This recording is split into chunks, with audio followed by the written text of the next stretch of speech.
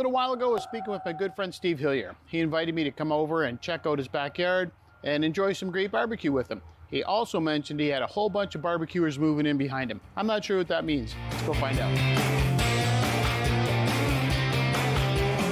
Steve! Hey Jeff, how you doing, brother? I'm doing great. Good to see you. Thanks for the invite. Appreciate it. Yeah. Hey, no problem. Please come on in. Perfect day to check out the backyard and enjoy some barbecue. The sun's shining back there. I can looking amazing from here. Let's go take a look. And show me around. The wind is going to cooperate for once. All right, let's go take a look. Steve, the yard looks great.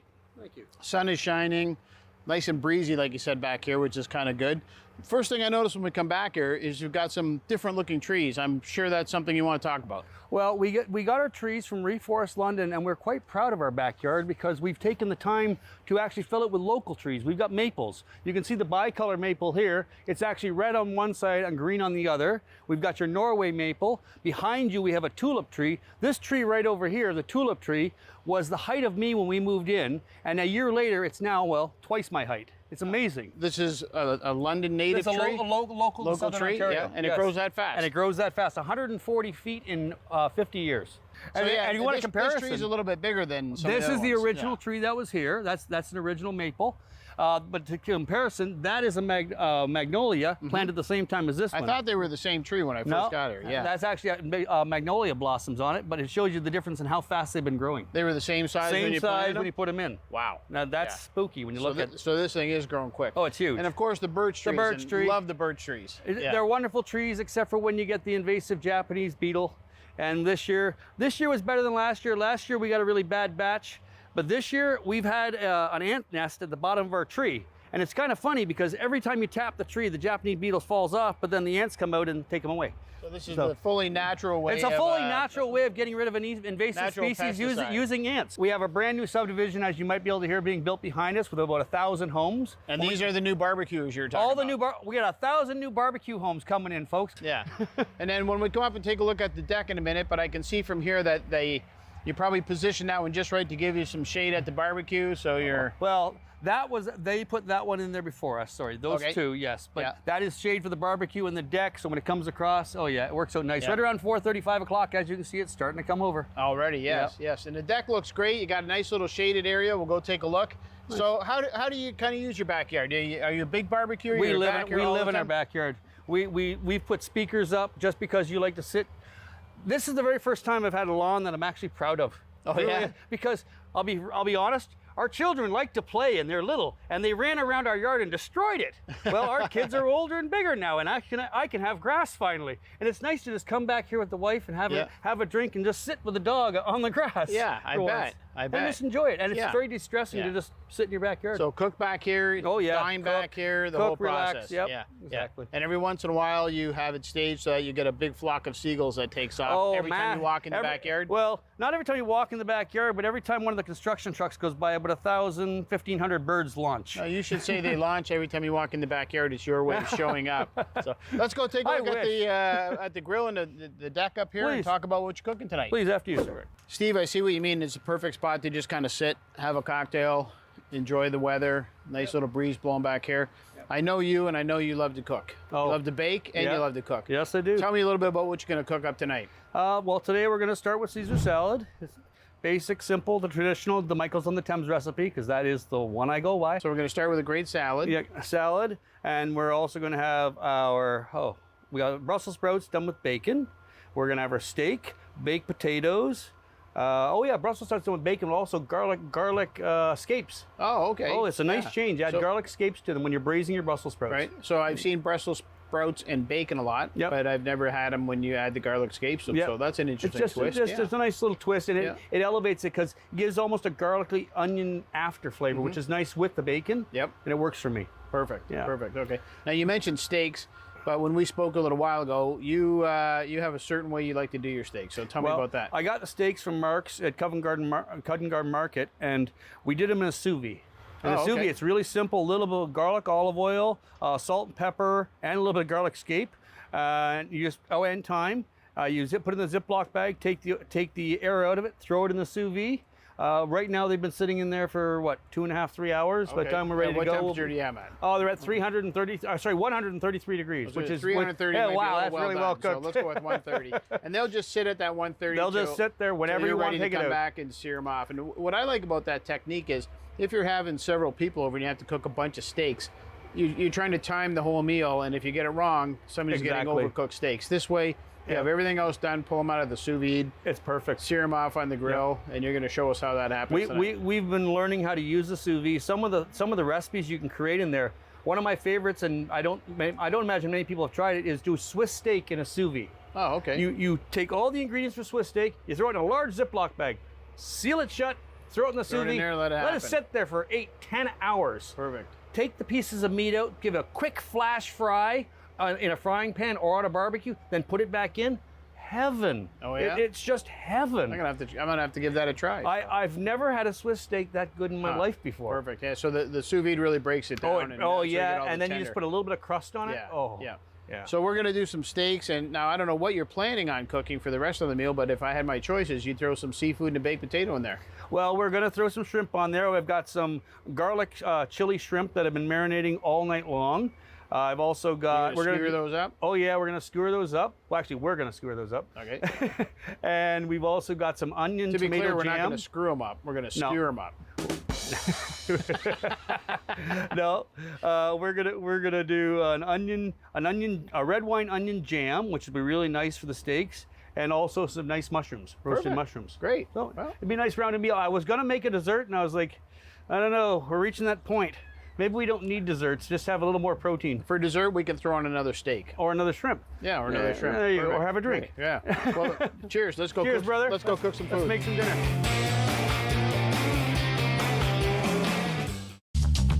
This program is brought to you by Ignite TV. Now you're in command. Visit Rogers.com for more details.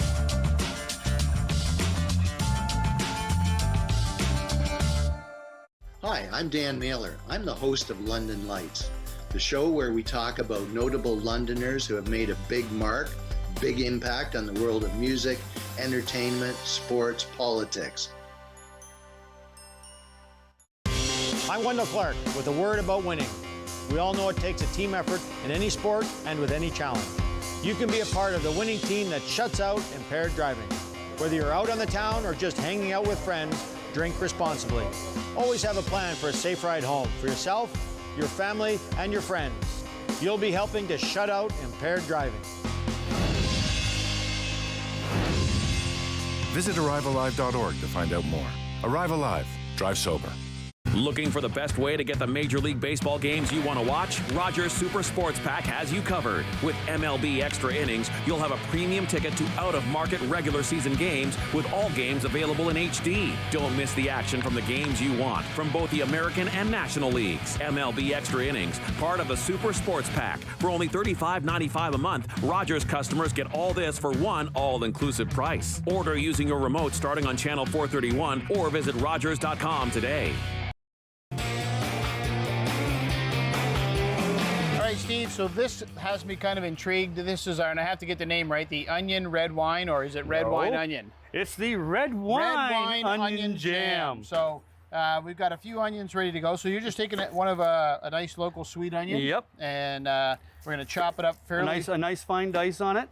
I should point out, I don't normally have to work, though. I know. I heard that. Your crew told me that, and they said I should put you to work this time. I get to enjoy. They want to know if you can deliver. Well, it's funny because a lot of people will say, "Hey, I'd love to try some of your food." And if you watch the show, I actually never cook. Yeah. So he just eats. Yeah. So this time we're gonna find out if he can cook. Well, and you use it as a condiment, sort of serve it with your steaks. Steaks are on a burger. Okay. Yeah, nice on a burger. So you can add bacon to it too, and it really, really brings it up. You were talking a little bit earlier when we were discussing how to cook this on the barbecue. You use these small cast iron pans. This is a little Staub pan. It's a muscle pan, but I love them for the barbecue because they go up to 700 degrees. So barbecues don't reach that, so it's perfect, and it's just nice portion packs. And then, of course, your oil, because you're using such high temperatures, like we're almost at 500 degrees now already. And it hasn't been on very long, so no. Yeah. I like to use avocado oil because of the smoke point on it. It is 500 degrees. Yeah. So unlike olive oil, you're sitting at 400. And by smoke point, we mean the point when it starts to burn. not going to burn, so you're not going to get, As soon as it starts to turn. So I'm going to put some in here? Just enough to coat the bottom of it. All right. We just add red wine, or do we drink the red wine? First, well, we could drink the red wine. There we go. But first we add the onions and brown them up. So you fill it up, just fill it right up. Just dump them all in there? Yeah, it'll fill right up to a nice little mound. Okay. And we'll just let them simmer, and they'll simmer right down to nothing. Okay, so we're gonna just throw that. No, that's it. No seasoning at this point. Nothing. Not That's yet. all gonna happen a little bit later on. A little bit later on, All right. because if you add it, you can't take it away. There you go. You can always add. Okay, so we're gonna throw that. Throw that right in the back, top corner, and just let her sit. All right. We'll forget Perfect. about that. We'll Stage one move on. is Okay. done. Steve, no steak dinner or steak barbecue would be complete without mushrooms. Oh. You were talking a lot about the seasoning you do. We've chopped some up and tossed them in a bowl, and you've got them seasoned. Tell me about the seasoning. What do you like to put on there? It's just a simple olive oil, salt, and peppers. One of my classics. So you made it sound like it was going to be very complex. But at the very end, you just finish with a little bit of beef stock. Oh, okay. Yeah, it brings it up. It does change it. So And then the beef stock's marries- already in here now. No, we put the beef stock in the after you brought them down. Oh, Then okay. put the beef stock in. All right, good. And then it actually turns into a nice glaze, and it coats them all. Okay, so another miniature Oil, pan, cast iron pan here. Cast iron for the We're gonna put barbecue, some best thing in the world. avocado oil in there. Yep. And I'm going to toss them in, and we're Just just going to toss put the them whole pile in? right in the barbecue. Perfect. So again, this is you kind of had me going there. You said I got a special way of doing the rubs and the spices on my mushrooms. So and simple: olive oil, salt, and pepper. Olive oil, which is salt, and always pepper. classic. But you can do onion, or you can do garlic. You can change it. Add a little bit of rosemary to it. Tarragon. And then a It's little beef heaven. stock at the end. Add a little beef stock at Great. the end. Okay. You're doing pork, add a little bit of pork stock. Let's throw it on the barbecue. Thank you, brother. Okay. In we go.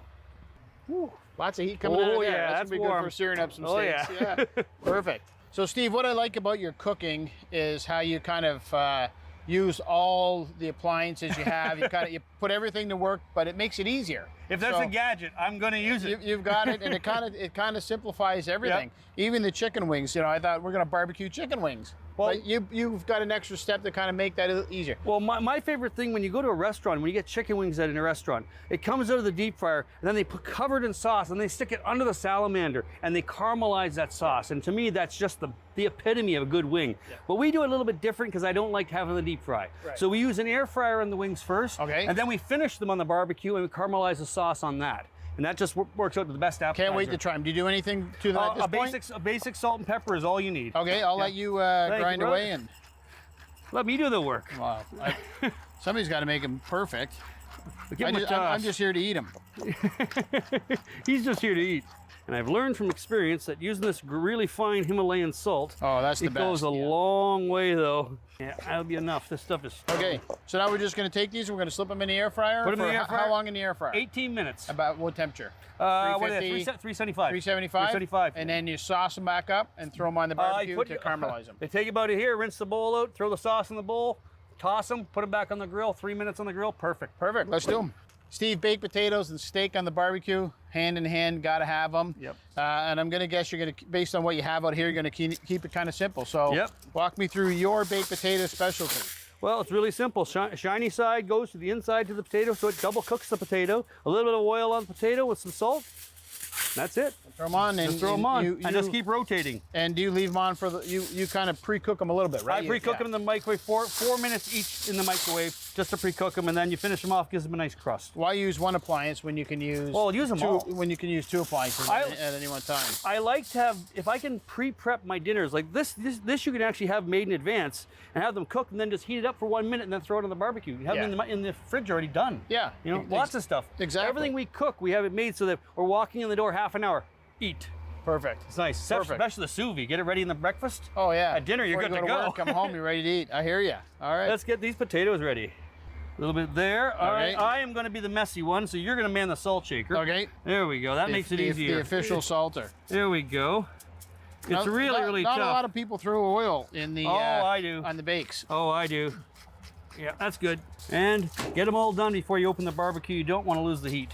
Well, you got a lot of heat coming out of there. Oh, so yeah, that's I don't think we're overly concerned about the amount of heat coming off the barbecue. That barbecue is amazing for heat. Oh, one of my favorite things to do is you make extra baked potatoes, and then for breakfast you cut the baked potato in half, and you just fry it. Okay. Face down, you end up with this great big massive home fry with a baked potato back. It's beautiful. Home fry. Oh, it's beautiful. Steve, this is I thought was kind of interesting. It's Brussels sprouts, which we've all had. Yep. Brussels sprouts and bacon, which we've all had, thinking we were taking it up a notch. Yep. But you're going to take it up one more notch. So you've got some Brussels sprouts that you've already cleaned. Yep. And you've blanched them a little bit? We blanched them a little bit. 3 minutes, actually 3 minutes in the microwave for a pound of Brussels sprouts is perfect before you put them on the barbecue. Okay, and then what do we have here? Just garlic scapes, simple garlic scapes. Toss them on in. Toss them in here? Yep. Now the bacon, we need to cut the bacon up into it because you want to bring it down to like a crumble. All right, and so this is going in the pan first. Yep. And you've pre-cooked it a little bit. Do you need a little bit of oil in there? Or? I will be, but you just lay that in this one. Yep. A little bit or a lot? Just a little bit of oil. Starts when we're putting oil in here when we put the seasoning on. So now a little bit of oil in here as well. And now just toss this puppy up. Toss. Now some salt and pepper. And then we're gonna throw that on top of the bacon? And throw that on the bacon, All brother. right, throw that on the grill? Throw that on the grill. Perfect, I'll put it down on the bottom part on the here. bottom left. We'll get on the heat. Yep, We'll get that on the heat. It won't take it long. Perfect. Perfect.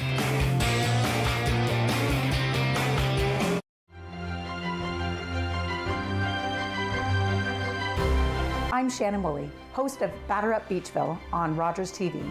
Join myself and Doug Harris as we learn more about the first recorded baseball game in Beachville. Most people that have received treatment for drug use problems are probably going to have a lapse. Join addictions counselor Dean Anderson for Invisible, Breaking Through the Stigma of Addiction on Rogers TV. Welcome to the traditional, ancestral, unceded territory of the Stalo people. The Stalo are people of the river. I'm so thankful for the courage and resiliency of our ancestors who lived on this land since time immemorial. Each of us have gifts from the Creator, and our Creator has a plan and purpose to be fulfilled in our territory. As we embrace our traditional teachings, we can lead the next generation into the fullness of what our Creator designed. Our shared history reveals a broken relationship. But as all Canadians commit to hear truth, acknowledge injustice, we can learn to walk in our traditional way, Letsamot, with a good heart and a good mind. Then all of our lives will be enriched.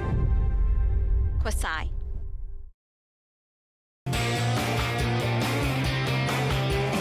So Steve, we're gonna make up your Caesar salad, but it's not really your Caesar salad. No, it's not. This is of the Michael's on the Thames variety. You've made the dressing up ahead of time because, as you said, it should sit for a few minutes, right? I like to let it rest for a little bit. So we're not going table side. You like to let it sit. I like to sit, and I also like to add a little bit more anchovy to mine, and I like to add a little bit of lemon to my lettuce to toss it. So if you can just toss that with the lettuce, it'll actually distribute it through it. It's quite nice. A lot of anchovy paste in there. You can see the color. All right, some croutons. Get some croutons in there. We're rocking. All right. You gonna add a little more Parmesan or? A little Parmesan right near the end, and a little bit of pepper too. Okay. I always like the pepper. All right. So before we throw the Parmesan, I'm thinking maybe we check those onions. Yep, good idea. And add the red wine. We're gonna throw a little bit of red wine on there, right? It's got to simmer. There we go. One for the birds. Awesome. Oh, add the red wine in there. We only need a little bit just to coat the bottom. That's perfect. Just there. That's perfect. That'll simmer down nice. All right, we'll give these a stir while we're in here. Oh, they're already starting to brown up. Oh, that's perfect. Oh, beautiful. Look at that. Oh, yummy. Cook it away. You can smell the onions too. You can. You can smell that. As soon as the red beautiful wine hit the pan to deglaze. All right. We will save this and serve this shortly. All right, Steve, I was joking earlier with you about, steak. I hope you're going to do some seafood and baked potatoes. Well, they go together, brother. They go together. We got lots of stuff going on. Yeah. You've got some great looking shrimp, and why are they in a bag? Well, this is crushed garlic and chili shrimp. We marinated overnight. Ooh, it's in a gonna be Ziploc spicy. bag, it's the best way. You can just mix it all up with your hands without actually getting dirty. Just makes it a whole lot easier. Okay, and you soaked some skewers in water so they're not going to burn. Soak these overnight so they don't burn up on us. And we're going to get them ready, but then we're going to throw everything on the grill, and they're going to take like a minute and a half. Minute and a half, 2 minutes. 2 minutes outside. Yeah, they're perfect. Okay, well let's skewer them. Let's skewer them up. I'm going to get this out of the way. Now, do you have a certain method to skewering them? I don't personally have a certain method. I go with what works. I like taking two of them like this, and then I stick the tails inside. Okay. That way you're going through the meaty part here, you're going through a tail, and then through a meaty part. Okay. And that way it's almost like a lollipop, and those really tiny bits, they don't overcook. Okay. Because those little end tails, they always overcook when they stick out. So if you stick the tails together like that, it turns it almost like into like a little steak shape. All right, I'm gonna use your technique then. See, the chicken wings look great. Came right out of the air fryer. Yep. They crisp right up. I mean, we did nothing to those.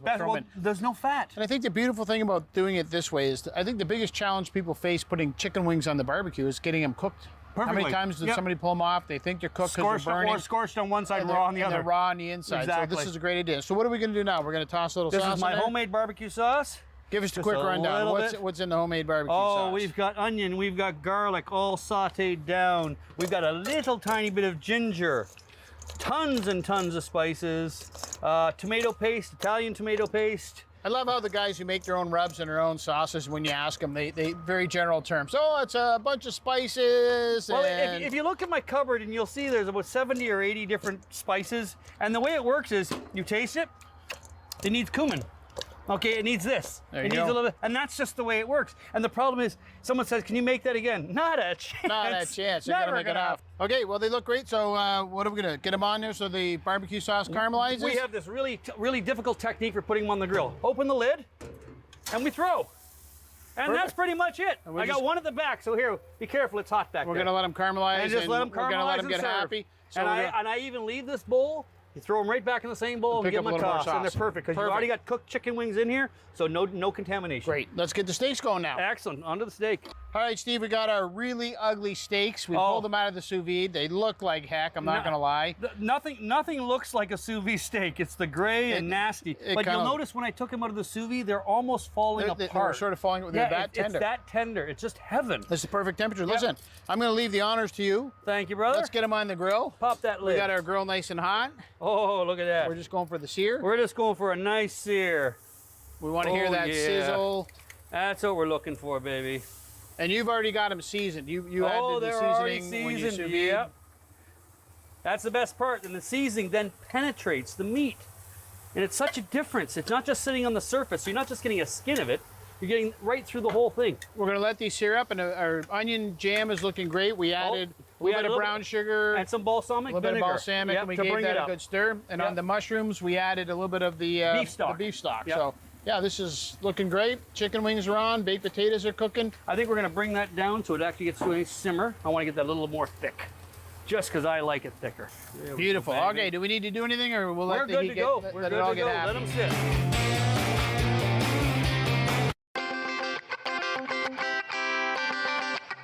Hi, I'm Matt Loop, and I am currently on Jack Mornings with Stax, Megan, and Loop on Jack 102.3. But it looks like it's going to be a beautiful day today. I can't believe I was first introduced to volunteering at Rogers back when I was taking TV broadcasting at Fanshawe, and I've really been volunteering ever since. I love it when a show comes together. When I first started at Rogers, I was behind the scenes doing camera for sports broadcasts and in studio shows, but then I put a proposal in for a sketch comedy show called Channel Surfing, and then I went on to host some shows like What's Up London. I don't think they have a jumpsuit big enough for me. I wouldn't be where I am today without the wealth of experience that I got at Rogers. Not only did I get to improve my broadcasting skills in an actual environment, but as far as the sketch comedy went, it also helped my writing, my self-esteem. It also helped me on air as well. And now look where I am. I'm hosting a radio show. It's crazy.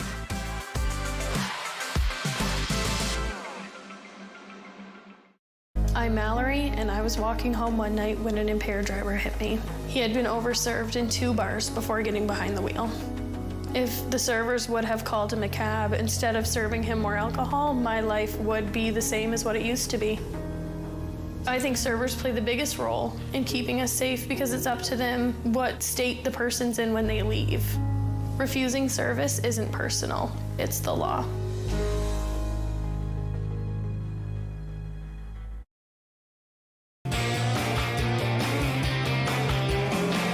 Steve, let's check the steaks and let's see how everything's doing. Oh, let's see. Oh, baby, there we're getting a nice sear.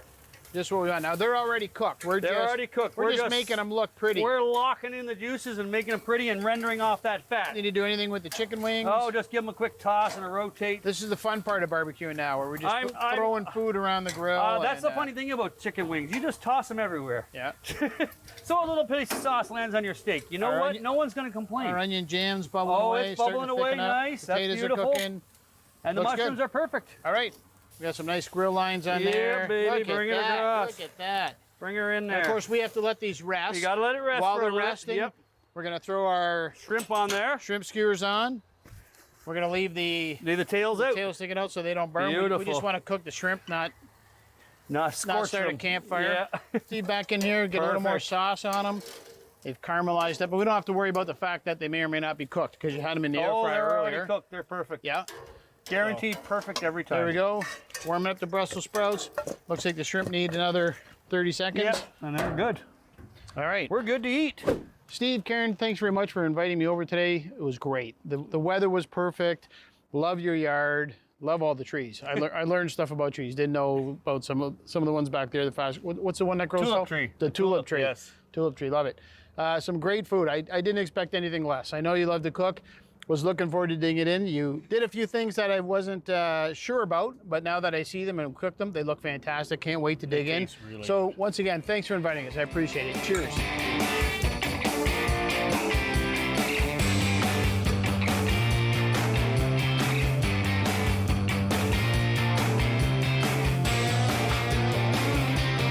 Jeff from Chillin' and Grillin' with Jeff here with this week's barbecue tip.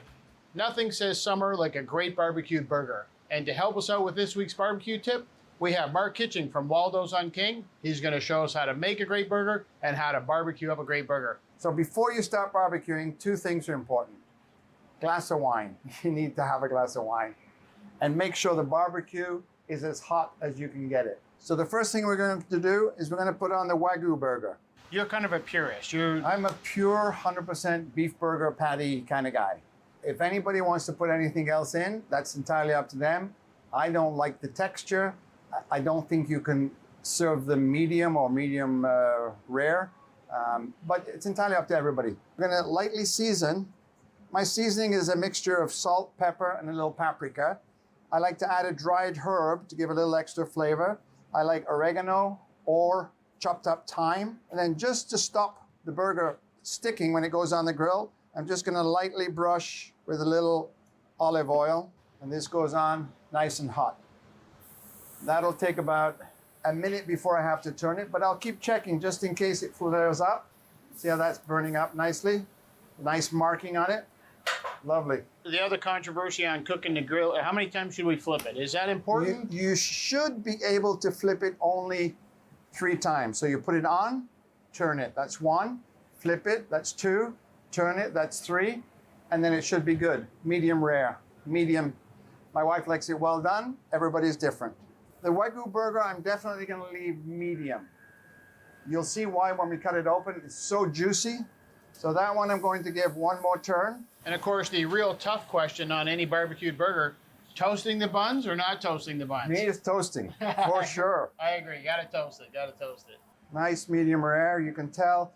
A good way of telling how beef is cooked, if you just take your thumb here, relax your hand, and press in the middle, that's medium rare. As you flex your hand and you move out, and it's more tight, if you like, that's medium well.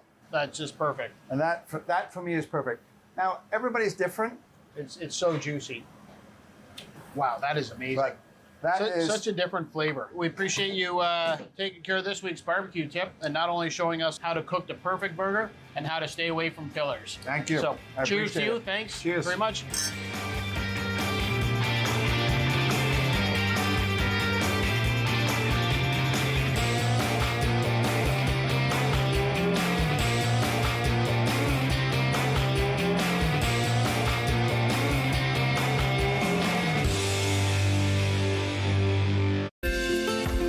Call the Rogers TV viewer response line, email us, or connect with us on social media.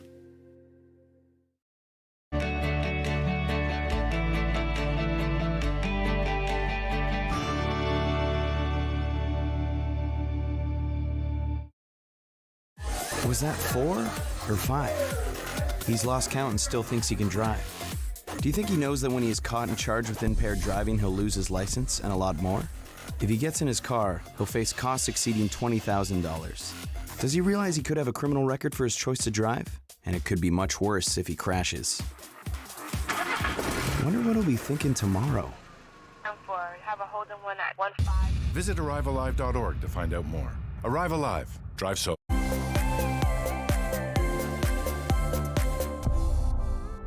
Rogers TV has given me the opportunity to be involved within my local community, where I have met plenty of new people, experienced new things. I have done various production roles such as graphics, live audio, and camera work. Recently, I have been a part of the London Knights Rogers TV crew, and I have had a wonderful time there, being part of such an amazing and diverse group of individuals. I highly recommend it.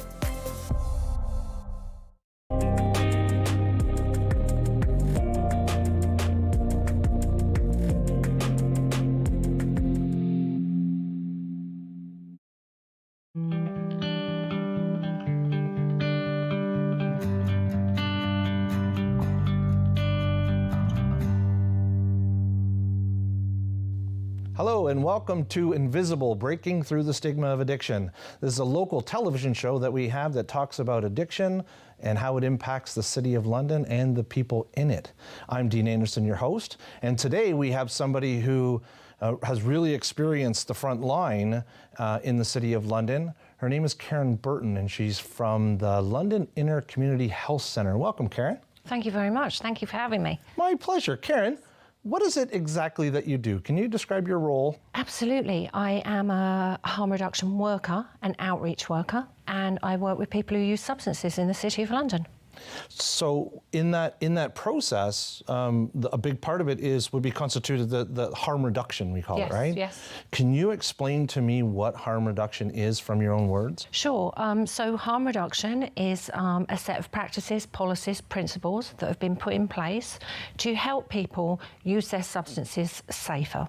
So it might be that somebody who's on the weekend and they're using cocaine with their friends, and their dollar bill that they use, we might say to them, could you use a straw instead of using the dollar bill? The bill has all kinds of dirt and germs on it. Right. We don't want you putting that up your nose. Your mucous membranes are really delicate. So if you have a straw, we also want you to use your own straw. We don't want you to share your straw with somebody else. So we're also not asking you to stop the practices, the substance use that you're doing. So harm reduction is very much, we want to make what you're doing as safe as possible for you without saying to you, you have to stop doing this, but also bearing in mind, should you want to stop doing it, we're there to help you with that as well. So harm reduction can go from all the way from people using casually to methadone to abstinence. There's a whole group of things in harm reduction, and I think a lot of people don't realise that it can reach from casual use to complete abstinence. I think a lot of people think that harm reduction is, I'm showing you how to use safer, but I'm not actually offering anything else in that. So yeah, that in kind of a nutshell is what harm reduction is, yes. And your description just nudged about 1,000 questions in me. What I've heard in the past and what people tend to recognize is it's immediately going to needle exchange and those sort of things are harm reduction, but you gave it this big broad spectrum of what harm reduction is, and then saying that we're not telling people that they have to change. If they don't want to change, they can continue to use their use. What's the mentality behind that? I think it's realising that if you want to connect with people, then you need to meet them where they are.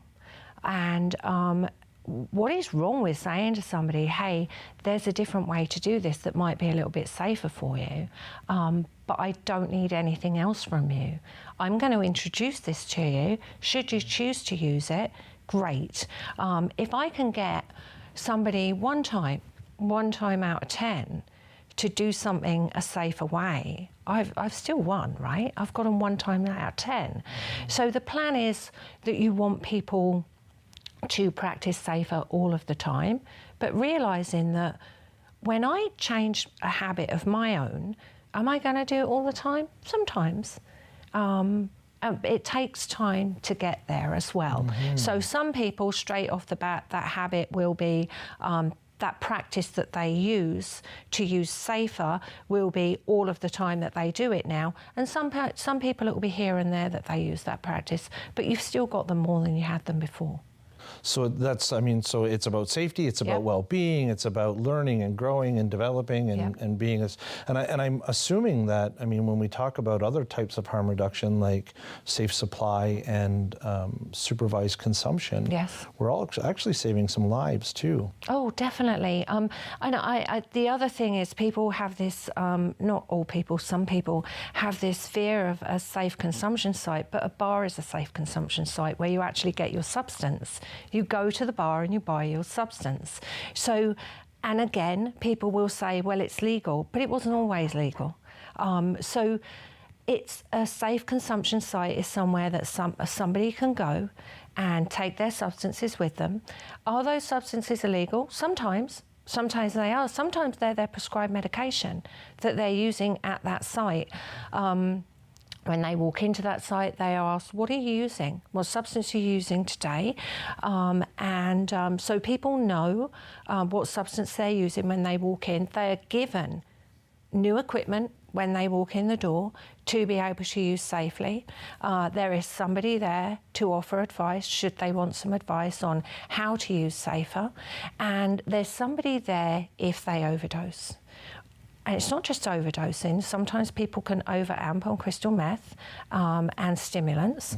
So you're there as well if somebody over-amps, and you're there to help them so that they're not just leaving and, you know, their heart's going a million miles an hour, their blood pressure's through the roof, they're at risk of stroke. You've got nurses in that room and paramedics who can help people out if somebody overdoses. They are there to bring them back, to be able to administer naloxone if needed, to administer oxygen, to keep an eye on somebody for hours afterwards.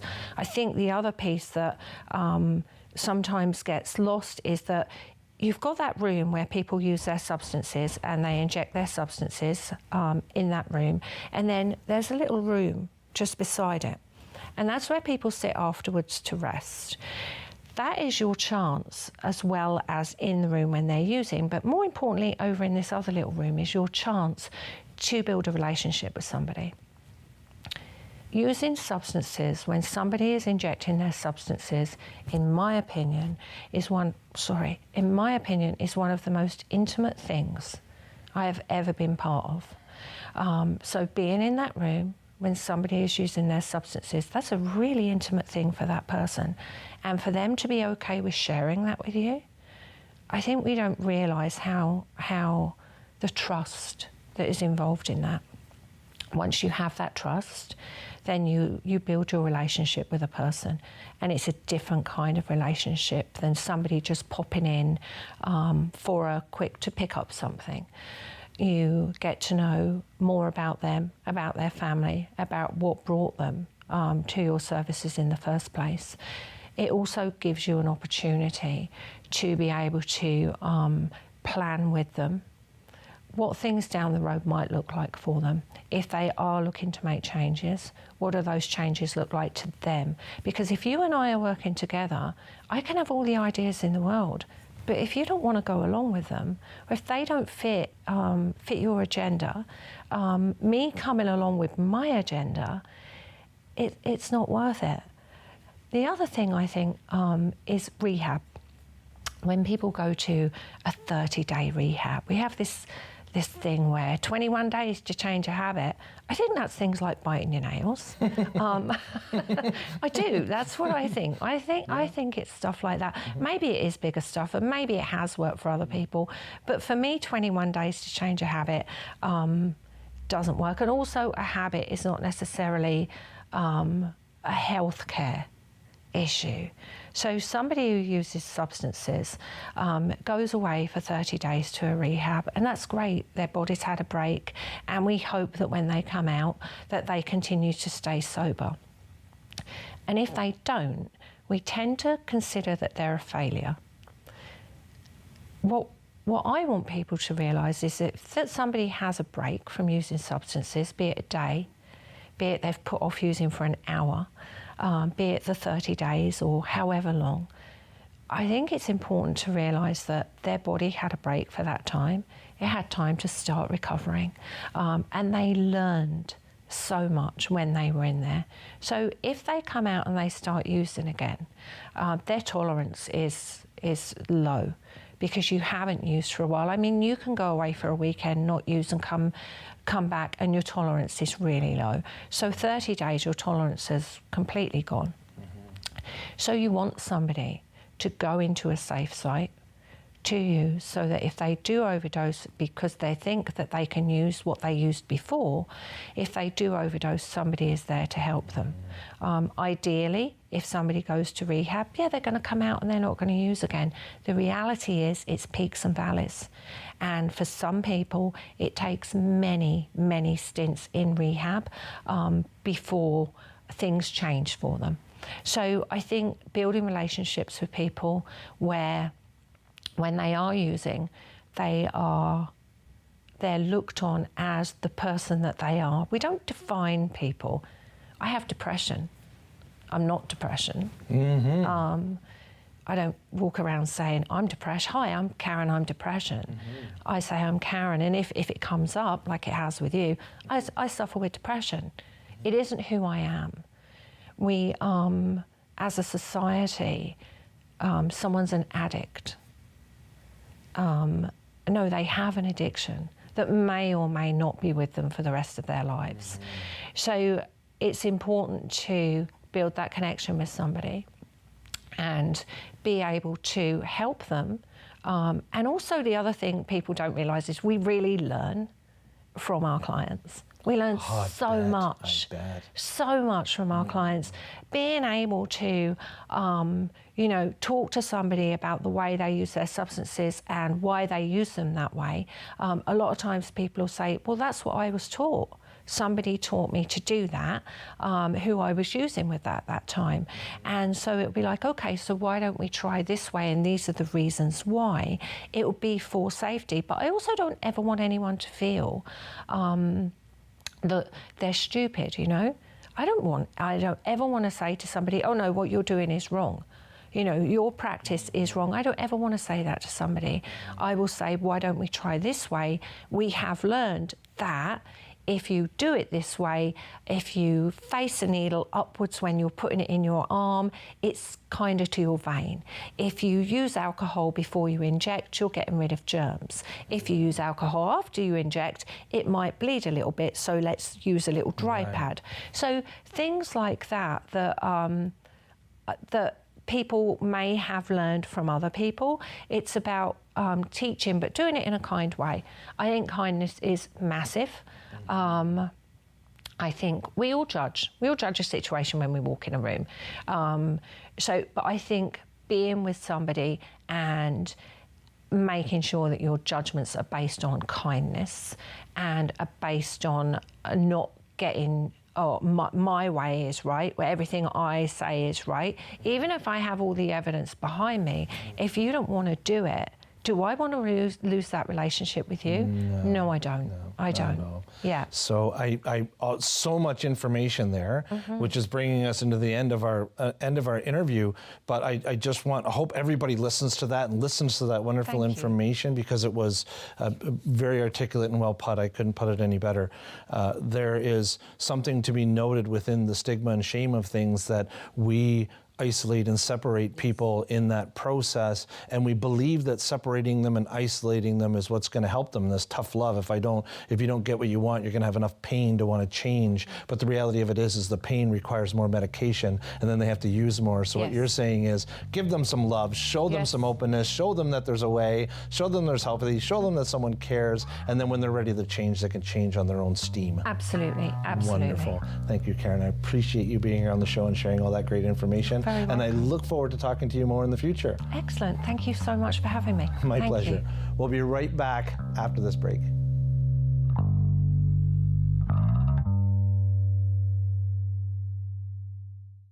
Summer days, summer nights, lots of things to do, places to go, and people to see. If you're having a few drinks, be sure to plan ahead and get home safely. We don't want to pick you up. Drinking drivers risk injuries to themselves and others and take chances with their license, their jobs, and their future. Remember what's at stake and choose your ride, whether you're the driver, the passenger, or the party host. Thanks for supporting Sober Driving. I hope we never meet. Visit arrivealive.org to find out more.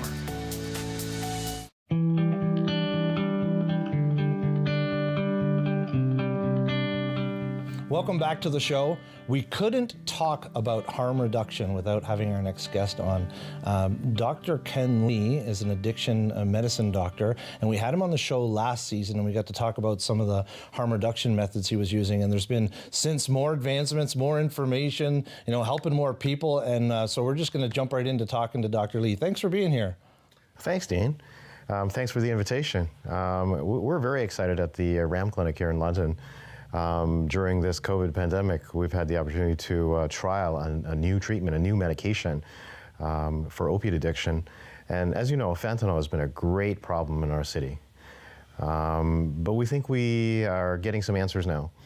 So what we have been pioneering here in London is the use of monthly Sublocade injections. And the beauty of that is that it provides month-long steady levels of buprenorphine, which is the main component in Suboxone. And in opiate addiction, all we had before was methadone and Suboxone.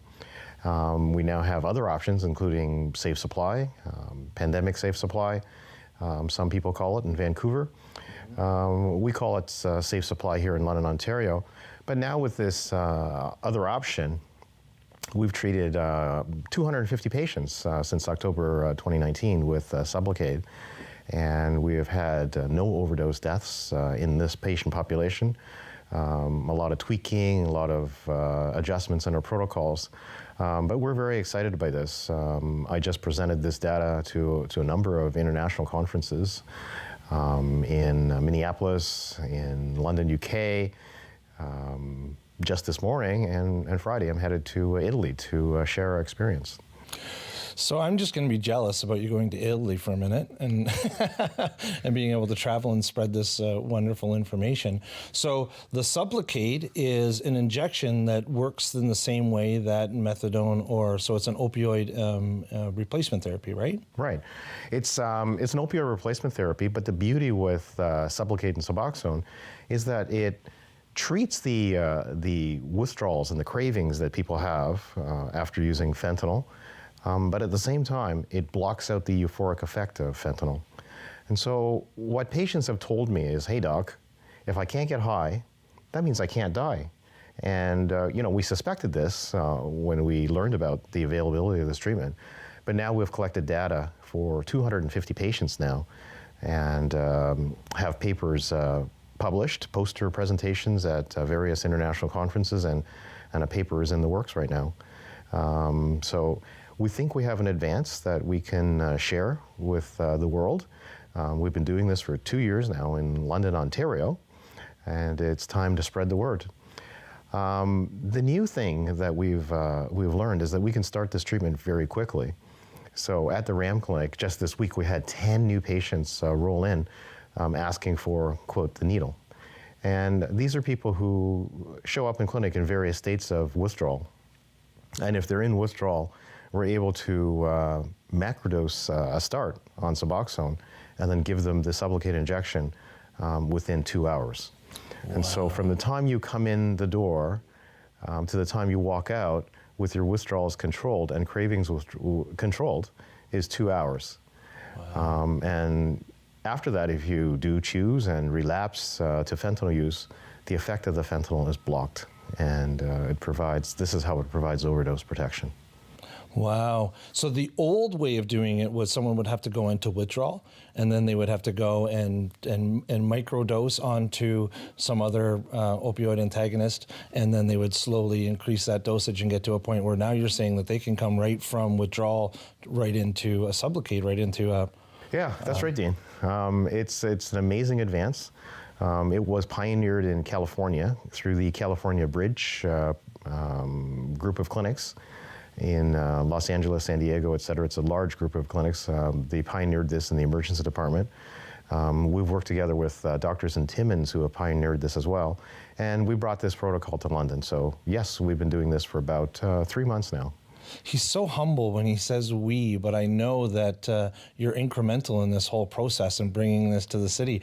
And it's there's a big name here. And for those that don't know, RAM stands for Rapid Access Addiction Medicine, and it's a clinic down here on Queen Street. Am I correct? Yeah, it's down at 200 Queens Ave. Okay. Queen and Clarence. Awesome. I wanted to make sure we got that plug in there so that people know where to go, right? You're going to say something else? Sorry, I jumped in. Yeah, I was thinking, we called ourselves the RAM Clinic, Rapid Access Addiction Medicine Clinic, right? So I guess we're now ultra rapid. new and improved. Yeah, in this culture, we always need that shiny penny, right? So I can't overlook the way you started the conversation to say 0 overdose deaths. I mean, that's massive. We recognize that we've seen more overdose deaths than COVID deaths in relation to how big this thing has become, especially with the crisis. Yeah, that's right. Right. What are the biggest takeaways from this, and how are you sharing this information with Germany and Italy and all these other people? Yeah, the greatest takeaway is that now, with regards to opiates or replacement therapy, methadone, Suboxone, safe supply, is that you have an exit strategy now. You don't have to be taking a medication every single day. You don't have to be going to the pharmacy every day. You don't have to have all these frequent doctor visits, right? You come to the RAM clinic, get an injection once a month, then you're off and on your way. Right. It's an amazing advance for people. Right. I don't think most people recognize or realize that every tiny little barrier, every little gap in service, or every time I've got to go and do something, that's a window for my drug use or my addiction to slip into that gap, right? Right. And you're removing the gap. Right. It's a major impediment to treatment retention. All the requirements for doctor visits, pharmacy visits, urine drug testing, samples, and all that, we've taken that all away. Right. Most people can usually make time to go see the doctor once a month. Right. And the thing that really stands out in my mind is there's a behavioral change with having a one-time shot, right? I mean, by getting the shot and then not having, you said earlier, not having to take that, the medicine every day or having to go there, right? I think people don't recognize that if I was trying to stop eating cookies, but I walk to the pantry every 20 minutes to look in the pantry, I would be reminding myself that I want to eat cookies. Whereas, having the suggestion, I'm not going to the pantry or going to get that daily dosage or doing that thing that doesn't remind me that I have to medicate from my addiction. Yeah, that's very well described, Dean. And pharmacologically, it works well as well because there's no peaks and valleys in the plasma levels of the medication, right? So when you're dosing methadone, Suboxone daily, it goes up and then goes down and goes up and then goes down. And people describe in the morning they feel kind of lousy and crummy and beyond the usual, I need my coffee, right? People on Sublocade don't describe that. They described a very smooth month. Yeah. So those ups and downs, and we on the show we talk a lot about the emotional impacts as well. So those ups and downs can cause emotional dysregulation, and that emotional dysregulation means I got to take care of this. I got to do something to take care of it. So that even keel helps with the emotional regulation as well. Exactly. The constant daily reminder that I'm addicted to fentanyl is gone. You don't have to think about it. Right. People describe this as feeling normal. And the very interesting thing is that people will tell me, what am I going to do with my day now? I have all this time. Yeah, because even in the DSM-5, when we look at the description of substance use disorder, one of those categories is the drug-seeking behavior. It says I spend more time looking and seeking for my drug of choice and so forth, creating that thing. So that's just another barrier to, that designation of substance use disorder. Yeah, it gives you time to work on relationships, work on, work, jobs, just getting your life back into a normal routine. It takes out hours of time to, remember to take your medication, go to the pharmacy, get your medication, and you know what? Honestly, most people will miss a dose here and there, right? Yeah. We all do, right? We all miss that daily thing. There's anything that we would have. I missed my vitamins yesterday. Right? I didn't recognize till dinner time. I'm like, I forgot my vitamins, right? Life goes on. So those, like I said, those gaps are potentially lethal if all of a sudden you go and relapse, especially when we're talking about something as dangerous as fentanyl, right? Yeah, that's right. You can miss 2 days of Suboxone the fentanyl will break through. Fentanyl breaks through methadone, and it breaks through safe supply as well. So we have the blockade and the withdrawal and craving coverage. So people are very happy with it. I bet. So what is there direct things that, like, what's the next step? What are you doing? Are we going to try and get this into hospitals or get this into family doctors? Are we going to start selling this on the street corner? What are we doing, Dr. Lee, to make small steps, Steve. Very small steps. Yeah. Small steps. We're thinking big. We got the new ultra fast RAM clinic. What's next? What's next? Yeah. We keep spreading the word. And I think the word is being spread in London amongst people who suffer from addiction. That's our greatest advertising is from people who are users, passing it on to their friends. And I do survey and I do ask people, how'd you find out about us? And the great majority of the time, I think 80% of the time, it's from a friend. Yeah. Word of mouth. People recognize that they're making lifestyle changes, and that's the best way to do it, right? I mean, that's the way the 12-step program works. It's all word of mouth, right? It's all people helping people and sharing that information with one another. Yeah, really, that's really what we try to do, is just the people helping people, spreading the word, and slowly it will make a dent. All right. We've got to bring it to a close here right now, but really quick, what's the cost of this? How do people get it? I mean, how do people afford it? Is it like in the States where it costs you $1 million for an injection or a pill, or what does it look like? That's a great question. It is covered on all private drug plans, but most importantly, it's covered by the Ontario Drug Benefits Plan. So anybody who's on Ontario Works, ODSP is covered. Anybody who's under 25, it's covered by the under 25 OHIP Plus. Anybody over 65 is covered by ODB. The only gap is really the working poor, the working person, the working guy who doesn't have benefits coverage. Yeah. Okay. And for that, we help people apply for Trillium. You try to figure it out. You help them all through the steps and try to figure it out. Happen. Yeah. That's fantastic. Thank you so much for being on the show. Thank you for all the work that you do and sharing that knowledge. And we're certain that there's going to be people watching this show that are going to get those seeds planted and come knocking on the door of the RAM Clinic looking for what they might need, or family members or whatever that can share that information, that word of mouth, so you say. So thank you very much for being on the show. Yeah, thank you for having me. Again, you were wonderful last time you were here too. Thanks again, Dr. Lee. We'll be right back after this break.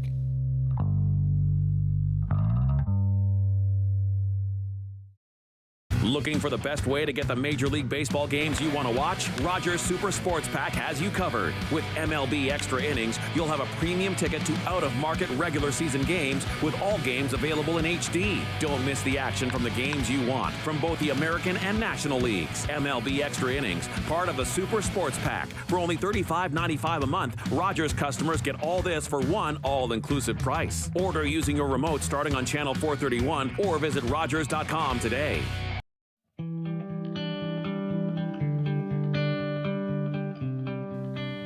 We are so grateful here at Invisible to have so much knowledge and passion and purpose here on today's episode of Invisible.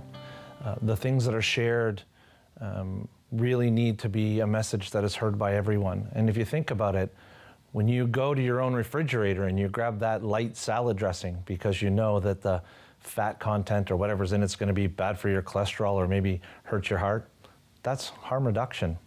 Going to a bar or the LCBO and buying alcohol that you know is not going to hurt you or have internal damages or do anything wrong to you has been tested and used in a safe way. That's safe consumption. These are the fundamental principles behind harm reduction. That process also leaves the door open, a big door open. If we judge everyone based on the legality or the morality or mark them as deviants because they're using substances, then we're closing those doors to show people that we don't care and that they don't deserve help. And when we look at it not so recently, we can see where cannabis was illegal. And then now we have everybody in society lining up at the multiple shops everywhere purchasing it. So harm reduction is a real thing. It helps save lives, and it's really important. So I encourage you all to learn more about it. And here at Invisible, we're trying to change a culture. And in changing a culture and changing time, we need to remember the best time to plant a tree is 20 years ago or right now. Thanks for watching.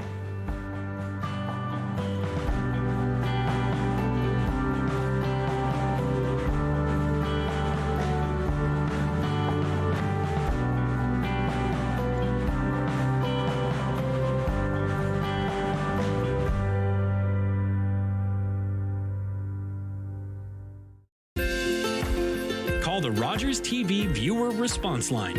Email us or connect with us on social media.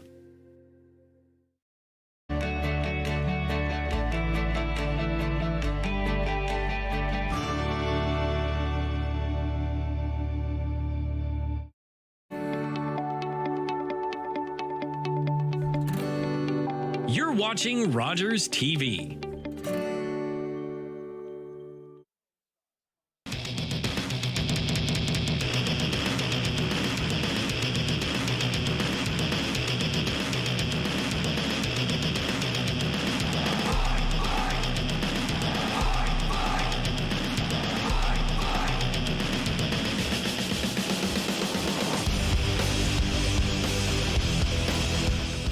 Welcome to Delaware Speedway Racing on Rogers TV, presented by Oil Guard. We're finally here. It's been a minute. I am Joey Langdon. This is Kyle Friel. Kyle, wet and rainy conditions, but we think we're going to get some racing in. Yeah, I believe so, as we have some bone stocks hitting the track for the first heat, as the pace cars out, guiding them around the track, as we see here on our screens. 8:30, an hour behind schedule, but nonetheless, cars are on the track, and there's going to be some racing here at Delaware on a Friday night. The clouds look pretty mean above us, as they have all night, but we have a little bit of a bright spot here, and we're going to see some race cars.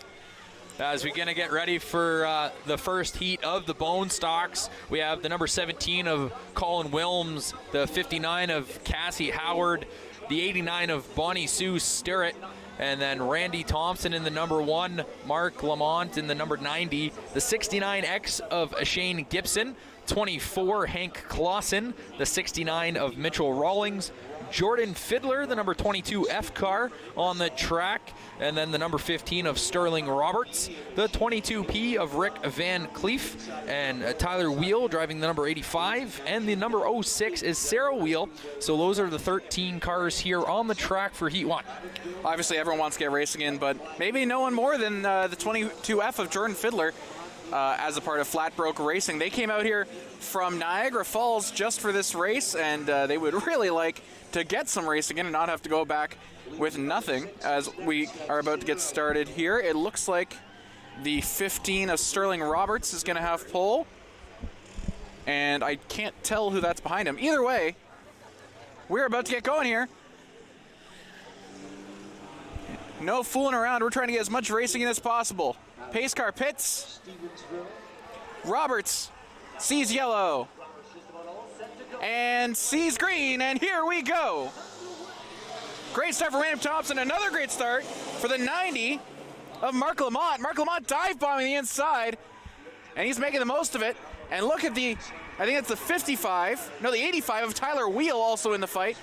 Something's up with the Sterling Roberts machine. He's falling off quickly. We saw that last week in the bone stocks there with Roberts dropping off to the back of the field. But as we see here, we have the number 90. We got a black flag. Black flag going to Lamont.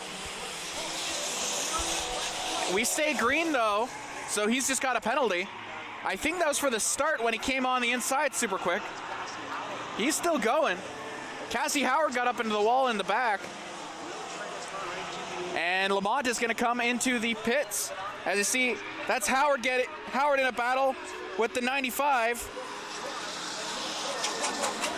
Sorry, the 85 of Mark Lamont. So it's Fiddler, Wheel, Howard, Thompson, Rawlings so far, as Lamont had to go into the pits to serve his drive-through. Up front is Fiddler. He's going to get as much racing in as possible coming in from that far away. Howard behind him. This would be Cassie Howard's best finish in a race in a couple seasons if this holds. 7 laps to go. Lamont is back on the track, but he's a lap down. So he's got to hurry up if he wants to avoid a last place finish.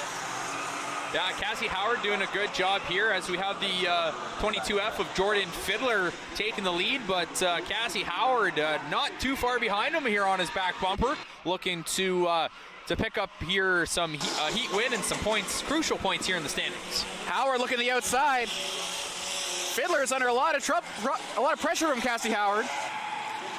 And we said last week, Cassie Howard's got the pace, just needs one good finish to get it back on track. This might be it. She is really putting the pressure on Fiddler. As the field spreads out a lot, that's really the only battle to be worried about. We do have two cars going side by side behind. For the third and fourth position, we have a bit of a battle there, but nonetheless, it's going to be Fiddler and Howard battling it number 1, 2 here with 5 to go in this first heat. Howard just biding her time, trying to wait for Fiddler to make a mistake. Fiddler is stubbornly sticking to the bottom line, and for what we've been told the entire week, the top line is the fastest. Now, however, with the track being so wet, they spent an hour and a half drying it, but you can never get fully dry after that much rain. So with the track not being in optimal condition, maybe the inside line is looking a bit better, although Howard's closing the gap a little bit. With 3 to go at the stripe, Fiddler's still in the lead, but that lead is closing. Yeah, as we see Cassie Howard here on the outside trying to get around, but Fiddler doing a nice job of racing here, making sure he's in front of Howard at every turn and back onto the straightaway. And here Howard might be looking to make a move here with the lapped car problem for Fiddler. Fiddler tries to send it to the inside lapped car, use it as a blocker. That worked out perfectly. And now Howard got sent to the outside, and she'll be very frustrated with the 22P of Van Cleef. Sterling Roberts pulled into the pits with some sort of mechanical issue. But other than that, everyone else is still on the track. Lamont is still a lap down. Everyone else, I believe, is still on the lead lap. As we will see the white flag here. Fiddler in the lead, Howard chasing him down. She's got a lap to do it. Hugging that outside line, it's been the fastest all season. Fiddler might be finally finding some pace on that bottom line, though. As on the back stretch, Fiddler going into turn 3, still holding the lead. Howard, it's now or absolutely never. She'll send it inside, but might not be enough. So Jordan Fiddler, coming from Niagara Falls, wins the first heat race of the night. Cassie Howard in second, Tyler Wheel in third, Colin Williams in fourth, Randy Thompson got at the line by Shane Gibson, then Randy Thompson, then Mitch Rawlings, then Bonnie Sue Sterrett, good finish for that team. Hank Clausen, Sarah Wheel, Rick Van Cleef, Mark Lamont is classified in the back, and then Sterling Roberts only took 1 lap, and he finishes at the back of the pack, although he didn't really finish at all. Yeah, no, Sterling Roberts had some car trouble early on the start. We see the 22F of Jordan Fiddler hitting into the Pennzoil victory lane down just past the start-finish line. He'll get a photo up inside his car for this heat win, and he will qualify for the feature race coming up hopefully later tonight, as the radar is showing a little bit more rain coming in around 9:30, 9:45. So we'll see how much racing we can get in, Joey, but we have 1 heat race in so far. So we haven't heard what the qualifying procedures are going to be for the feature if we get it in. However, I mean, you're always happy with a win, no matter what race it is. You always take the line to win. And Fiddler, coming from Niagara Falls, I mean, that's a heck of a trek from Niagara Falls to Delaware, and he takes the win. Yeah, it's good for him. Yeah, you always make that trek in from a long way away. You want to make sure your car is running well, and sure enough, it was for Mr. Fiddler in the 22F car. He takes heat number 1, as now we get ready for heat 2. The pace car out, and the cars on the track. We have the 77 of Brent Pelly sitting in the 1 spot, Owen Martin in the 44, Len Sturrett driving the number 88, Josh Flanagan into the number 18, number 34 is Dan Story, Pete Vanderwitz Jr. driving the number 7 car, Adam Generou driving the 25, the number 64 of William Clausen, Connor Ellis in the number 48, Stan Cook for the number 74, and in the number 11 it's Rob Williston. And then rounding out the crew here, number 9, Thomas McKinley. And it's going to be... So that was the order we given. Looks like they just juggled it, though. The 64 William Clausen is actually going to be the one taking the pole, but that is who is running this race. And Pete Vanderwist Jr. running the 7. His dad, Pete Vanderwist, is running the 7 in the Super Stocks. So this is shaping up to be a nice night for the father-son team if both those races run, obviously, which it's looking good right now. We were able to get that first race in caution-free, and if that keeps happening, hey, we might be able to get a bunch in. Yeah, we might be able to get quite a few races in here if the track, touch wood, stays with that green light and the green flag out. And let's take a look at, we see Len Starrett driving the number 88 car. He was driving it last week as well, and he's going to be sitting in second for this heat. He's going to try and have a nice start as the pit car the pace car rather goes into the pits. They're coming around the corner. The green flag's gonna be in the air. Clausen sees yellow, sees green, and here we go. Great start for Starrett, and Starrett takes the lead. And Len Starrett last week in this car was on pace for the best finish in his team's history, but had to retire due to some mechanical issues. What a great start for him, and what a great start for this team. Starrett in the lead, followed by the 48 of Connor Ellis. Ellis putting a lot of pressure under Starrett now. Starrett is going to lead after the first lap, but Ellis is really looking quick, and Ellis is going to try and make a move on the outside. Does it cleanly, and Ellis now takes a big lead coming out of turn 2. What a nice move by Connor Ellis. Ellis able to grab the nice lead there over Len Starrett. Starrett's now going to have a couple of other cars pull up close behind him. And we'll see if Len Starrett can pick up some speed here and try and regain that lead. Trouble in turn 4. Oh, Pete Vanderwist Jr. went sideways and saved it. Great move by Vanderwist Jr. The track is looking really slippery. Ellis also looking pretty slippery as here's the Starrett car battling for second. With Thomas McKinley, that's going to be a good race as McKinley's coming up on the outside of Starrett, trying to make a move here. McKinley up on top. The top line's been quickest all season. Starrett holds him off for now. McKinley takes it at the line, but Starrett, if he can break late, he's going to hold on to it. McKinley with the nice move on the outside, super clean, and gets into second place. Now Starrett's under pressure from Dan Story, who just threw out the fastest lap of the race and moves himself into fourth, and putting Starrett under big pressure now on the outside as well. Dan Story on the outside. Len Starrett driving super aggressively. Nice move to keep him behind. Push him real high. Can he do it again on turn 1? Turn 1's an absolute monster, and Starrett's not going to risk it there. But staying side by side, Len Starrett looking super racy right now. But Dan Story has the quicker car and breaks late. Can Len Starrett fight back on the inside? No. And Dan Story takes third place. Up in first place, we got a little bit of a battle now. McKinley looking on the inside of Connor Ellis. Didn't work that time. As you see Starrett there in fourth place, now under pressure from Pete Vanderwist Jr. The Starrett car was looking real good. Vanderwist Jr. on the charge, and now up in front. Look at this, Thomas McKinley. He's in striking distance. He's got to be patient. 4 laps to go. And look at this. Looking on the inside, you've got the lap car of Robbie Frampton, who might be some trouble. And look at this, McKinley. Looking on the inside. Holding on to the lead right now is Ellis, but McKinley is on the inside. Can he make a move here on turn 1? Oh, they're still side by side. No one's pulling away. McKinley gets a good exit off of turn 2. And here he goes. Pete Vanderwist Jr. is in third. And now he's trying to track him down. We have McKinley gaining the lead here, coming out of turn 4 to the stripe. It's going to be 2 to go here in heat number 2 in the bone stock division. It's one tight race here as Pete Vanderwist Jr. has made a charge up the leaderboard, and now he's sitting third. In the back, Robbie Frampton slid onto the grass. He's able to keep it straight, though, and we stay green. Pete Vanderwist Jr. looking super good right now into second. But that slowed them both down, and now McKinley extending his lead on the last lap. Oh, Vanderwist Jr. got a little loose, saves it. McKinley staying in front by a lot. Dan Story trying to come up in fourth. Story looking the inside, nothing doing as the lights come on here in Delaware. Thomas McKinley takes his first win of the season in the second heat race.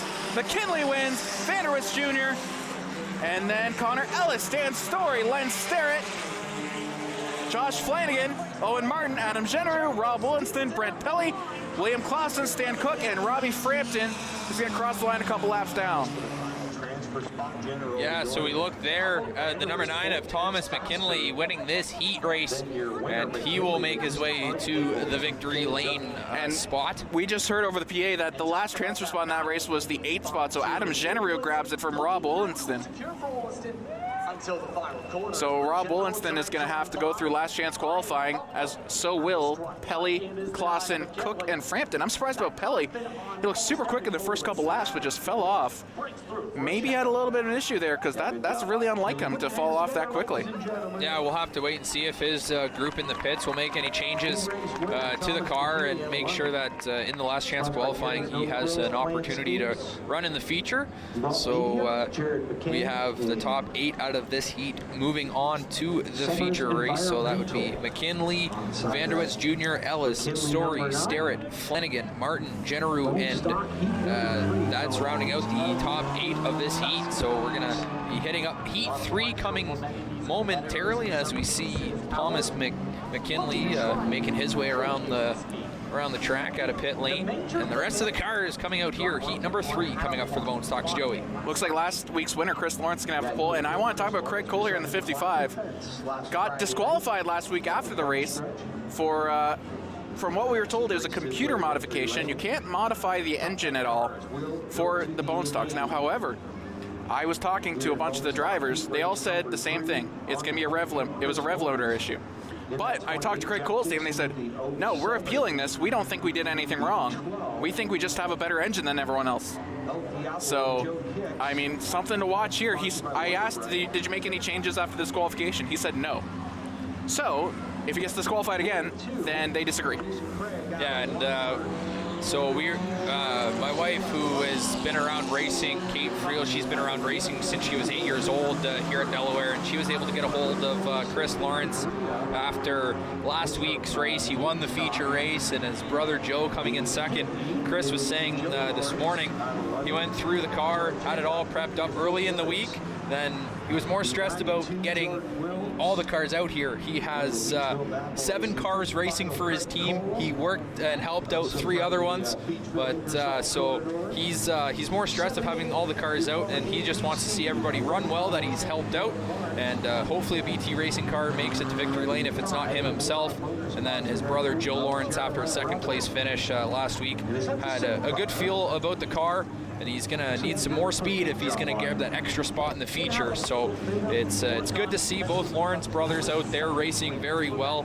So we'll see what happens here this week if they can continue their hot pace. So we're about to get going here. The pace car is about to pit. Lawrence has pole. So pace car pits. Lawrence sees yellow, sees green, and here we go. Chris Lawrence has a pretty good start. So does the 07 of Jack Dixon. Chris Lawrence once again pulling away super quick. He won that last race by almost a half the track. And as they get bunched up around third place, Joe Kicks looking racy. And Chris Lawrence still quite a bit ahead. Dixon was his biggest competition, but he goes pretty wide. Just a mess of cars behind him. The 00 of Jay Cox. So Cox and Dixon side by side going into turn 1. And Craig Cole actually got shuffled back there. Oh, Joe Kicks got sideways. He saves it. Great driving so far, as Chris Lawrence is quite a bit ahead. You see the 42 of Jason Craig going on the inside there, trying to make a move. We talked about the BT Racing team. Yes, they are all working out of the same garage, but they're not opposed to racing each other for the win. I was talking to Joe earlier. Actually, hold that thought. The 07 got loose, but everyone stays straight and narrow. Chris Lawrence still quite a bit ahead. Mess of cars coming out of turn 3. Turn 4, we're 3 wide. Everyone's playing nice right now. But how long will this last? Chris Lawrence is absolutely away with it, so it's going to be the middle of the pack here that we see on our screen that's going to be fighting for spots, as we have the 32 of Sean Fusil in third. Oh, going really inside was the number 5 of Jeremiah Rabideau. There's 3 wide coming to the stripe as well. Rabideau in the 5 made about 4 spots in one move, trying to stay ahead, and he does. Nice move by Rabideau. A lot of cars in that mix. Everyone trying to move up spots, but no one really wants to wreck out their car before the feature. Joe Lawrence looking inside of Jason Wilms. Jordan Wilms, my apologies. You've also got Matt Langford out there. And look at that gap for the lead between Chris Lawrence and Jay Cox. Yeah, Chris Lawrence is absolutely running away with it, and then Jay Cox has a pretty good lap gap for second. It's going to be the battle for third on through the rest of the field. That's where it's going to be, as we see Joe Lawrence on the screen here. He's making his way up. He's in 6th currently so far with 4 to go. Joe Lawrence was under pressure from Craig Cole. You see there, Craig Cole trying to prove that it was no fluke last week and he shouldn't have got disqualified. Well, if he's using the same engine, he's not moving as quick as he was last week. He claims he made no changes. And Joe Lawrence looking on the move. He goes past Wilms pretty easily. Fusil, Lawrence, and Wilms battling right now. 3 wide. Who's going to get ahead of it? Looks like Fusil right now. Lawrence gets pushed up into the wall. And look at this, Craig Cole trying to push him out of the way. Yeah, big contact there. Cole getting into the back of Joe Lawrence as Lawrence is trying to... Cole still into the back of the bumper. He's pushing Joe Lawrence like crazy right now, but Joe Lawrence just too quick, and he's able to make a move around him. Cole still leading that last pack there. Wilms trying to make a move here. Oh, Cole got a little loose, and that opens the door for Jordan Wilms. Wilms and Cole side by side. Last lap, Lawrence is still quite a bit ahead, but actually Jeremiah Rabideau is fighting for second now as Wilms escapes the Craig Cole, Sean Fusil pack. Battle for second. Chris Lawrence wins. Give me a battle of the stripe. Jeremiah Rabideau takes second. Jay Cox takes third. Joe Lawrence in fourth. Another great day for them. Jordan Wilms, Craig Cole got passed by Sean Fusil, and then Cole, and he was under pressure from Phil Gibbons, who was running the back the whole time. But Cole holds off Gibbons. Langford behind. Nathan Ray, who we just heard got the last transfer spot, the 26. Jason Craig behind them. Joe Kicks and Jack Dixon, those 3 will have to go through last chance qualifying. I'm surprised about Jack Dixon. He had such a good start, but he just fell off. As you see, Chris Lawrence, for the second time in as many races, comes into victory lane. Yeah, good to see Chris Lawrence there winning the heat race, and he looked so fast from the start of the heat, and he's going to try and keep that going for the feature, as last week he was able to get the feature. As we get a look at the pit lane as the pace car has got its 4 ways on, ready to lead the next group of cars out onto the track. This will be the V8 stocks in their heat race as we get ready. Pace car out, and the V8 stocks ready for their heat race coming up here, as they will get a couple laps around the track to get warmed back up after that lengthy delay. They had some practice. And we had some technical issues the last couple of races here at Rogers, but it looks like, as you see, the rain came down real hard. That camera is still a little bit wet, but we're hoping to get our full range back. As you see the pace car out there for the V8 stocks. I want to talk about Ethan Orr real quick. He was in line to win last week if the 2 drivers went over the breakout rule, which we'll re-explain in a second. Ethan Orr in the 95. If not the youngest ever driver here, the youngest I've ever seen. 14 years old in the V8 stocks, and quite a bit out in front in the Rookie of the Year chase, and he looked real quick last week until his tire blew up, and even then was still in line for the win if the breakout rule was called in the last lap. Now the breakout rule somewhat controversial. I was walking around the pit lane earlier talking to the V8 stock drivers. Mixed reactions on it. Do you want to take us through it? So the rule basically is stating if a driver is over the mark of 21.4 seconds on a lap, he's fine. They're fine. They're good to keep racing. If they now are faster than 21.4 seconds, they will get the black flag penalty, which will see them come through pit row and make their way back into the race at the back of the pack. So the cars now have to maintain a speed, and it's a very fine line of how you come across the line, whether or not you can't be full throttle across the line. You got to ease up and let that time kind of pick up. But we're ready for heat 1 of the V8 stocks. They're coming around the corner. Here we go. Pace car pits. Jerry Broom has pole. Broom sees yellow, sees green, and here we go. Chad Clutterbuck on the outside gets a pretty good start. Clutterbuck looking high, but it will in fact be Jerry Broom who gets a good start. It's Broom, Clutterbuck, and here comes Dave Evison out of nowhere. Dave Evison in the second. Dave Evison, maybe the most vocal opponent of the breakout rule. In fact, commented on our YouTube page about it last week. But nonetheless, he's going to look to try and take home a win here as he elbows out Mesenberg, and Mesenberg, in fact, goes ahead. It's a mental game. You've got to calculate if you're close to the breakout time. As we see Mesenberg on the outside, he's making up lots of ground here as he's trying to battle here. But we see the back here of Ethan Orr, he's struggling a little bit as we come into turn 1. It's kind of that battle. Mesenberg able to come through and pass Jerry Broom for first place here, 8 to go on the track. Fastest lap right now is Mesenberg's 22.1. He's still quite a bit comfortably within the breakout time, but he's only getting quicker. He's got to be careful. He takes line in first. Broom in second. Evison in third. Jordan Morris, last week's winner, in fourth. Oh, some smoke coming out of Evison's tires. He locked up a little bit. Now he's under trouble by Morrison. And oh, we got spin in the back. The 72, Chad Clutterbuck, went 360 degrees, and he keeps it straight. Mesenberg still in the lead. Mesenberg getting close. He's 21.769 seconds across the stripe that last lap. So he's getting awfully close to that breakout time. He'll have to keep an eye on that. Crossing the lap so far is Jordan Morris with a 21.6. As we get faster, you'll see what happens halfway through. Mesenberg's still in the lead.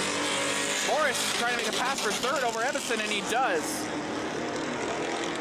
We got the timer up. We got the timing sheets up in front of us. And it's something to watch. Every time someone hits the strike, you got to make sure. Mesenberg's still in the lead. Broom behind. Morris now has dropped Evison. And Morris now going to make a move on the outside of Broom. Morris and Broom going next to each other. Broom pushes Morris up by the wall. But Broom is able to break later. And hold on. Mesenberg's still in the lead. Evison trying to reintroduce himself in this fight. 3 laps to go. Mesenberg's still in the lead. Broom battling with Morris. Morris pushed high again. Can he make it happen this time? Evison still trying to claw back into this fight. Mesenberg holding the lead. And a blue flag was shown for Clutterbuck there. As he's in danger of mixing up with the leading pack here in a second, which could be good for Morris.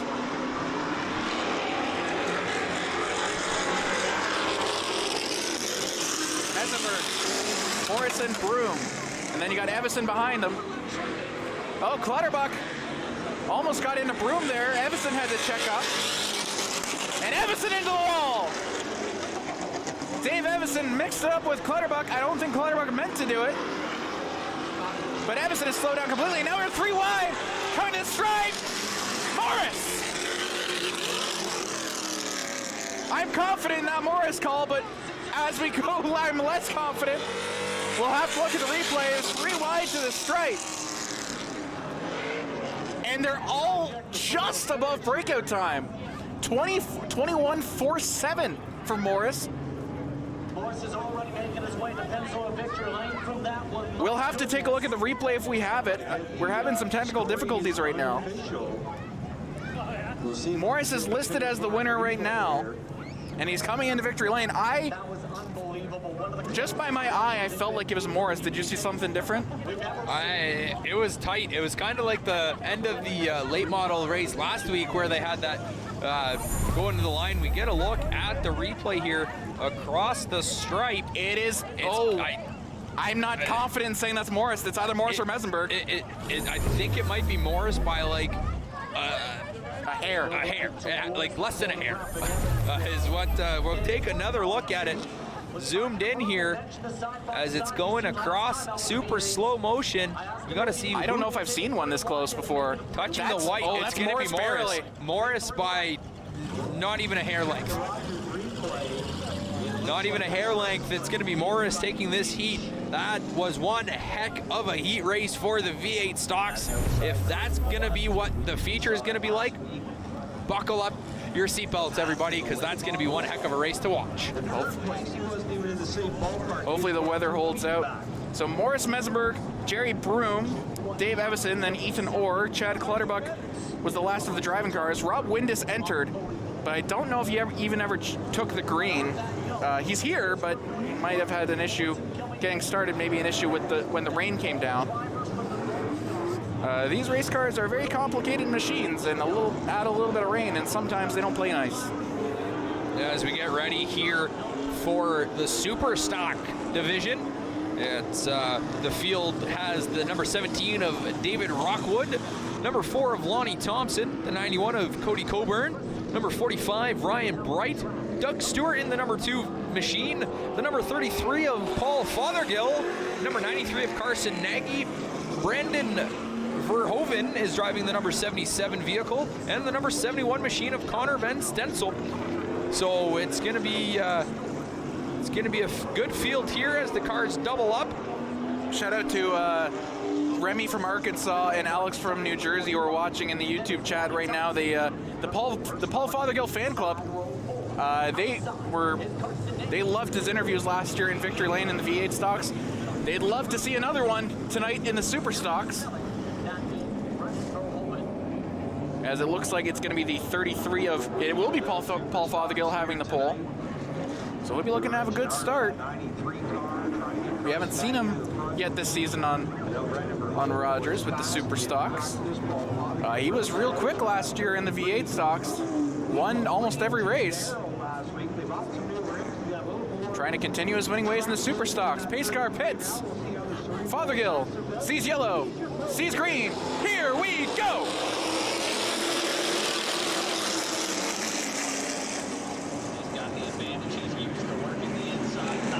Great start for Fothergill.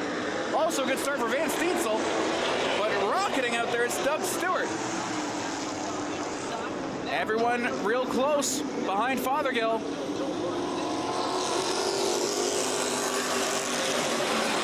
Fothergill, turn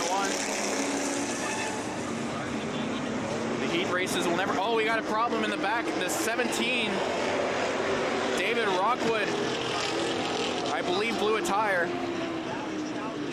And he's got to come into the pits likely. As we see here, the long way around. They go through pit entry. The charge for second is coming up huge as we have Doug Stewart and Ryan Bright now pulling away here for second and third. That's going to be one fight as they're trying to catch up to Paul Fothergill.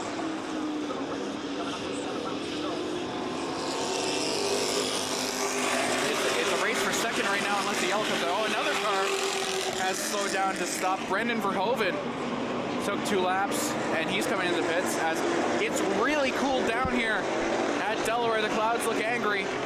Fothergill out in front is going to try and race his heart out for this one race and hopefully another one later. Up in the third now is the 93 Carson Nagy. He just rode the fastest lap of the race on the outside the whole time. And the super stocks might be a race of attrition at this point, as both cars that pulled in the pits they got jumped on right away. This battle for second, third, and fourth is heating up as we have Doug Stewart, Carson Nagy, and Ryan Bright all battling here, passing each other left, right, and center. It's going to be a heck of a race for those 3 spots here in this heat race. Nagy had a great turn 3, and he looked to try and pull away on the backstretch. Now he's thinking about challenging Fothergill. Fothergill looks in his rear view and sees Nagy a lot closer than he was a lap ago. David Rockwood coming back to the track now. He fixed whatever the issue was. He's going to be a couple laps down, but trying to retake 8th place. Up in 1st place, Fothergill gets overtaken. Carson Nagy takes the lead. 3 laps to go. Nagy in first. Fothergill slowing down a lot because now Doug Stewart's on him.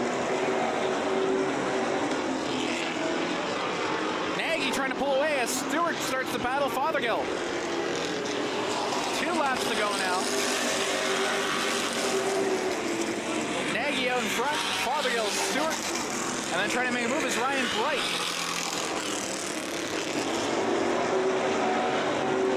Nagy only furthering his lead over Paul Fothergill. If you're going to lead a lap, might as well make it the last one. Nagy pulling away from Paul Fothergill. Fothergill, he's got Stewart and Bright in his rear view. And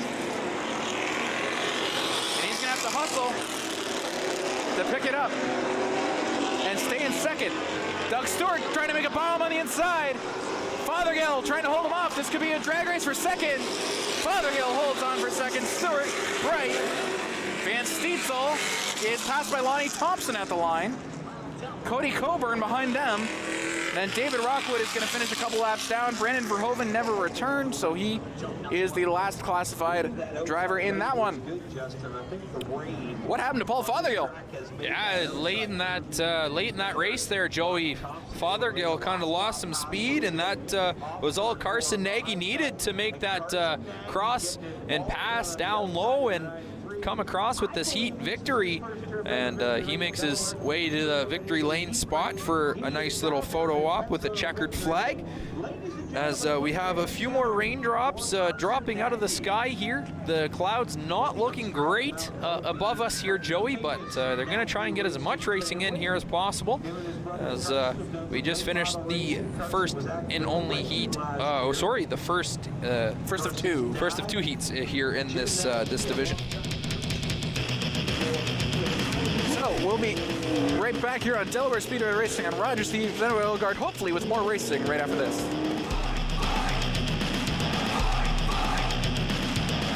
Top to bottom, no drip rust protection at Oil Guard goes right to where your car or truck needs it most. From the engine compartment to the door panels, and 8 points in between, Oil Guard has you covered. One Oil Guard treatment will help you duck the rust for 1 full year. When you choose Pizza Hut, you're supporting a local, family-owned and operated business. We've been serving our community for over 35 years and take great pride in what we do. From our family to yours, thank you for choosing Pizza Hut and supporting local. You know what? Operation Smile, alongside our medical volunteers, provides safe cleft surgery to children free of charge, thanks to generous donors like you. That was until we fell into a pandemic. If you only knew what I'm going. By December, tens of thousands more children will be waiting for surgery. Please help us keep our promise and deliver smiles to children in need when surgeries resume.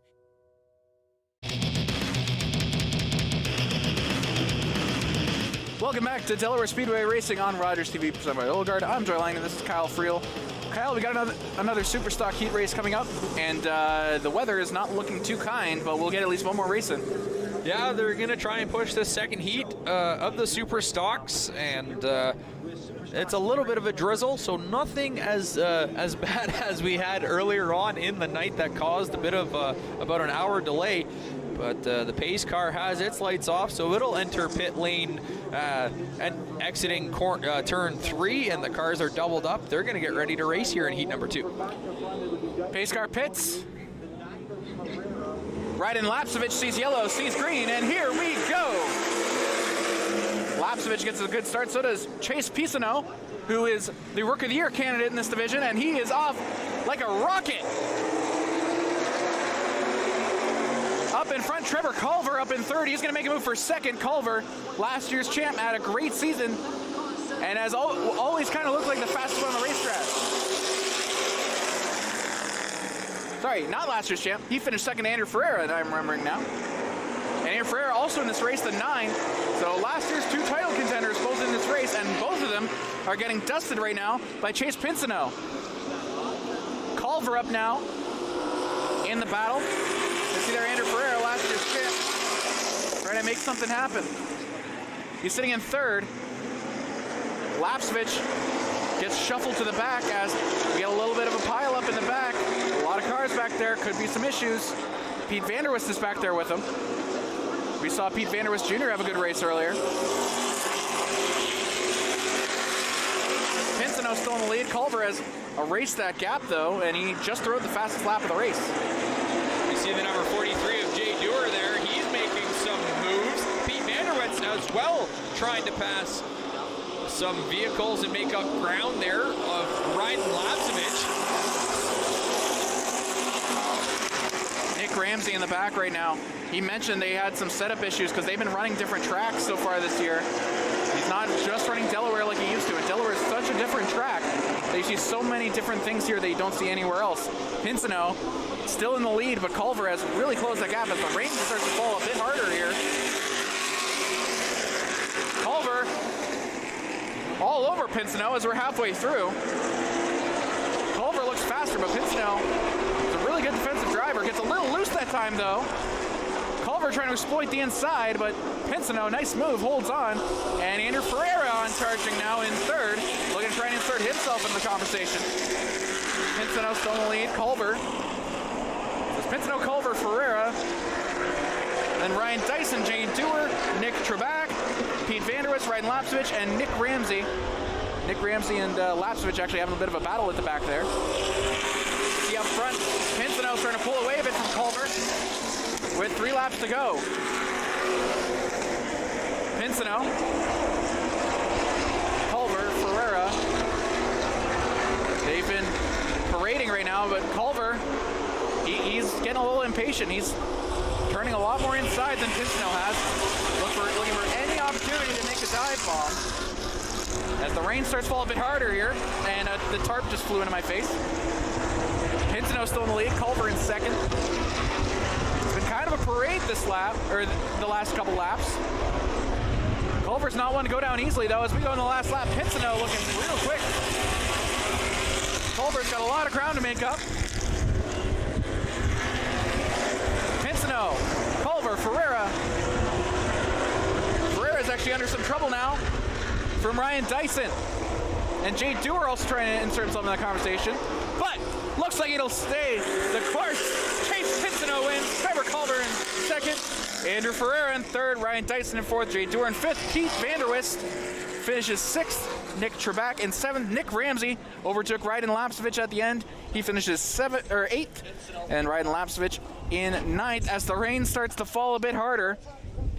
The bone stocks from the last chance that are in the last chance qualifier are getting ready to go, but might be a little iffy. Yeah, this wind is kind of picking up right now. The rain not really a big deal. It's kind of the wind that's blowing everything around, and we definitely know something's coming in. This is exactly what how it started earlier on in the night. The wind came in, and then the rain was quick to follow. I'm sure you can hear it on our mics as well. It's coming in pretty quick. As Chase Pinsino still in. You see us right here. Our tarp flew up into our faces. It's real windy up here. We are higher, much higher than the track is. The track is surrounded a bit by trees. So I mean, my program just went flying. So I don't have rosters anymore. You're gonna have to help me out here. Yeah, I figured I'd bring out my tablet, a bigger screen, and have the live timing going as we have the races go, as we are able to get that updated by the great crew here at Delaware Speedway, all the officials. Thanks to them for helping out and making sure that these races go off without a hitch. And I'm sure it's going to be the people down in the tech garage and all the officials making sure that safety is the priority here for the drivers and everybody in attendance, that you don't want to see anybody get injured on the track, so they're going to make sure that the weather conditions are something worth driving in. No point on having these cars go out if the conditions are not suitable for a safe race. You see the in the crowd, some people are heading to the safety of the concession stands. Some people are just having the time of their lives over at the Oval Office over there. We're getting a flashing light in our face now. It's going crazy up here. Yeah, we have a bit of a tarp over our point of view cam here that shows us on TV. There you are, right there. And that tarp's in front of it. Kyle Friel has left the building. Yeah, I am here in spirit, but not apparently in person as our. So there, just to bring you the viewers at home, there's also a light over the camera, and that is now, because of the tarp is going over the light. I just had a flashing light in my face for a while there, and Kyle Friel trying to troubleshoot for me, and by troubleshoot I mean reach over and pull at the tarp. Didn't quite work, but you know what? I appreciate the effort. Yeah, the effort was, yeah. So the bone stock car is getting ready to go for the last chance qualifier. We'll be right back here on Delaware Speedway Racing on Rogers TV, presented by Oil Guard, right after this.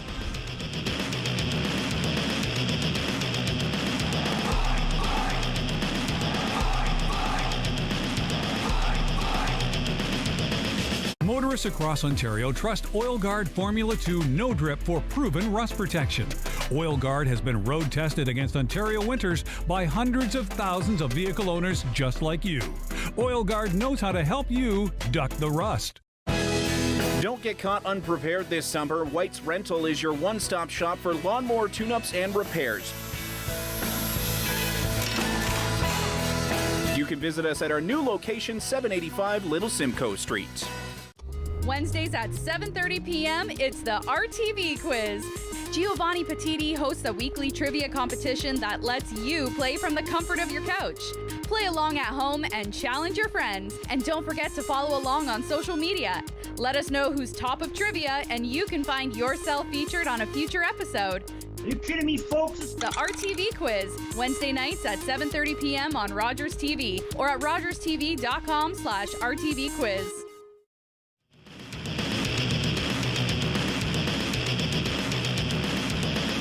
Welcome back to Delaware Speedway Racing on Rogers TV, presented by Oil Guard. I'm Joey Langdon. This is Kyle Friel. It is wild conditions out here, but we think we're still good enough to race. The pace car is out there right now, I think, just putting out some test laps. Kyle, what do you have any insights here?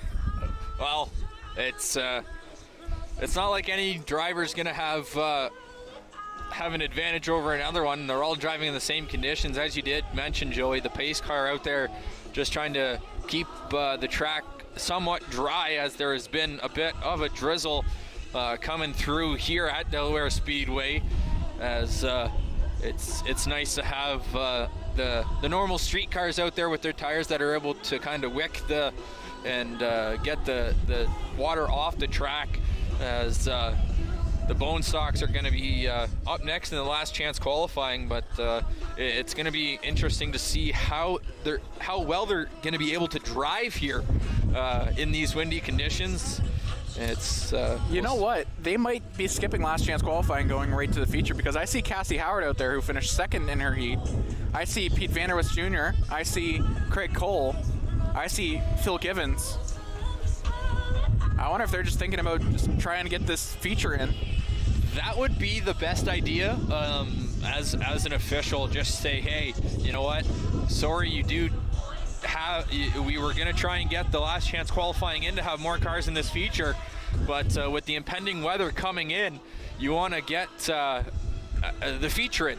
That's what these cars are here to race, and we see in the coming up pit lane is Chris Lawrence in the number 28 car. I don't think Chris Lawrence has the last chance qualify. No, he won his heat. So I believe, Joey, you might be correct in the fact that they might have just said, let's forego the last chance qualifying and have the cars that qualified in their heats race the feature.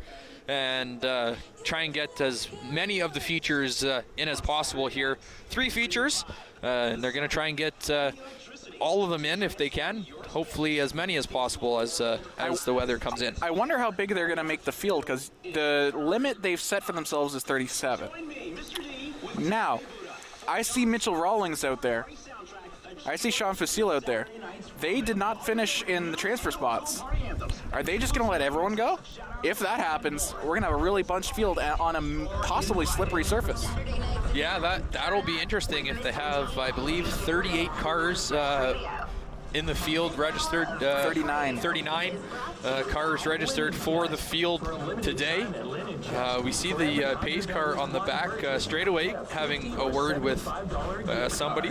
They're going to see what's happening, but as we get information, we will definitely pass it along to you, the viewers, as we want to thank you for making this possible. If it wasn't for the viewers, we'd be talking to nobody. We'd be talking to ourselves, Joey. So we always appreciate the viewers, whether it's on cable, online on RogersTV.com, or our YouTube channel. Whatever platform you may be watching as well, we thank you. So as the pace car goes around, tries to get the track ready, we'll head to break.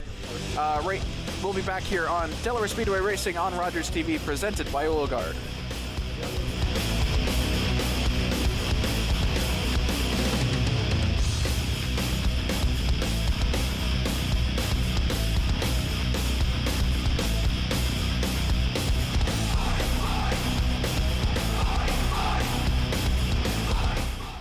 Oil Guard's Formula 2 No Drip stays where the technician puts it, protecting your car or truck from the ravages of rust.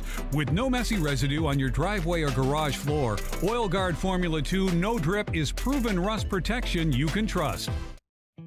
Most people that have received treatment for drug use problems are probably going to have a lapse. Join addictions counselor Dean Anderson for Invisible, breaking through the stigma of addiction, on Rogers TV. My daughter is 7 years old and has a frenemy.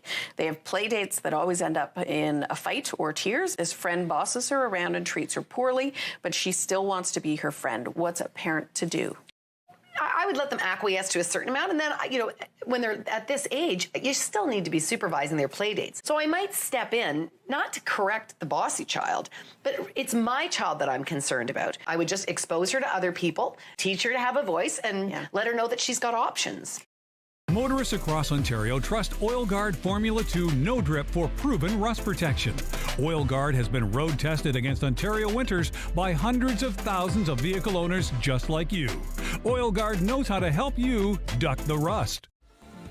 Hi everyone, my name is Dr. Mario Elia, and I'm the host of a new show here on Rogers TV that we're calling Keeping London Healthy with Dr. Mario. So tune in Wednesdays at 6:30 p.m. and we'll see you then. Jeff from Chillin' and Grillin' with Jeff, and we're back with Season 3. This season, we've had the opportunity to see some great backyards, to have some fantastic food cooked on some great grills, and this season, we're helping you take your barbecue game up by adding some great barbecue tips from some local experts on anything from spices to knife care, and using the proper wood to smoke some great food. Join us, Chillin' and Grillin' with Jeff, Season 3.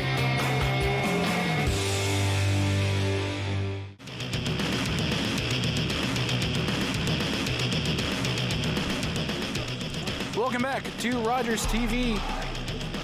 It's Delaware Speedway Racing on Rogers TV, presented by Oil Guard. It is cold. I'm Joey Langdon, this is Kyle Friel. It's wet, it's windy, and we're about to have a bone stock race. Yeah, it's definitely glad I brought the sweater today, as the rain has come in and cooled it off quite significantly, and that's always going to play some havoc on how the track drives here. The hotter it gets, it's usually a little bit better for the drivers, but nonetheless, they will have to make their necessary adjustments in order to do as well as they possibly can here coming up in the Bone Stock feature race, as we're still waiting. The rain's coming down a little bit harder now, but the Bone Stocks are ready to go. We have not heard any changes, but we're still waiting. I don't know if they're trying to wait for the rain to stop. I don't know if that's going to happen. This might be the best it gets. Yeah, I don't think it's going to stop. If anything, from looking at the radar during our first rain delay, it definitely looks like it's going to be some heavy rain for the rest of the night. But we're waiting to see what the bone stocks are doing here as they're lined up. Oh, here we go. We have movement. The pace car is out. The bone stocks are getting ready for their feature race, I do believe. This could be chaos. We got a supersized field. We got a wet track. You can see we can barely show it to you. It's so windy. It's a big field. This is and you've got turn 1, which last year in the bone stock division was good for about 3 cautions a race. Well, bone stocks can run in the rain, so we're gonna. So if any division can run in the rain, it is the bone stocks because they don't run slick tires; they run road tires. So we can run, should we? It's definitely going to be a lot slower here with the slippery conditions. Obviously, that just makes sense. When you're driving your car in slippery conditions, you don't drive as fast. And then obviously there's no windshield wipers. So it's going to be tough to see. The windshield's going to get all covered in the rain, and that'll be something that will have to be seen as well, depending on what's going on. There's also nowhere to go. It's such a, because they waived the last chance qualifier, they waived the car count rule. We're going with everyone. And if someone spins ahead of you, you got nowhere to go. You've got to make some evasive action quickly, and if you don't, you could pile up the whole field. Now, looks like we're getting going though. The 17 of Colin Wilms is looking like he's going to take pole. The 95 behind him right now will go up behind him. Rain coming down harder. We got 25 laps, 25 green flag laps. Any caution laps don't count. And looking at the field, I mean, the favorite is obviously Chris Lawrence. He not only won last week, he won his heat by a mile. Craig Cole, when I talked to him, he was confident. He said he hasn't made any changes from last week, and he was happy with how he ran. Looking down the field, I mean, we are almost too wide the entire circuit. And that's not even, we haven't even got the double up signal from the flagman here. And if, as they are getting everybody into their proper positions here, both Chris and Joe Lawrence are right now listed at the back of the pack. So they're going to have a little bit of spots to make up. Joe Lawrence, actually, as we see on the back straightaway, he's a lot higher up in the field than Chris is. A lot higher up in the field. Actually, no, Chris is only 2 spots behind him with Jay Cox. So, I mean, that you know that Joe Lawrence can fight through cars. We saw that last week. Oh, most definitely. He's going to definitely make his way to the top. And yeah, so Chris Lawrence is just a car behind him. So it's Chris himself definitely prefers nothing ahead of him. He likes to get out and get out fast. He's going to have to fight through some cars. Joe is going to be up a little bit more ahead with the other winner of the race, actually, the number 9. I think that's McKinley. As they get doubled up, the rain is falling pretty quickly, but we are going to go. I am excited for this one. 25 laps. I don't have time to go through the whole field, even if we had 3 more yellow flag laps. It's a huge field. 39 cars here racing on the Delaware track in the bone stock division for the feature race. It's gonna get quite interesting out there. Like I said, the windshields don't have windshield wipers, so they're gonna be tough to see out of as this rain keeps falling here in Delaware, Ontario. But we're getting ready, as you said, Joey, doubling up the field and waiting for the pace car to exit the track to get this feature race started. There's a huge gap right now behind Brent Pelly. The back marker cars are having some trouble even at pace car speed keeping up with the field. in the wet conditions. It'll dry as we go. The rain's not coming hard enough to match it. The last call for 50-55. So the 17 is going to have pull now of Colin Willems. Looks like we're going to go at least one more lap under yellow. And this isn't a bad thing because, like we said, these are road tires. They can absorb water and push water away. So having a lot of cars out there is kind of helpful in the sense that there's a lot more cars that dry up the track. They're still waiting for Mark Lamont is at the back. And he, for some reason, is having a lot of trouble catching up with the field at pace car speed. A lot of the cars are, actually.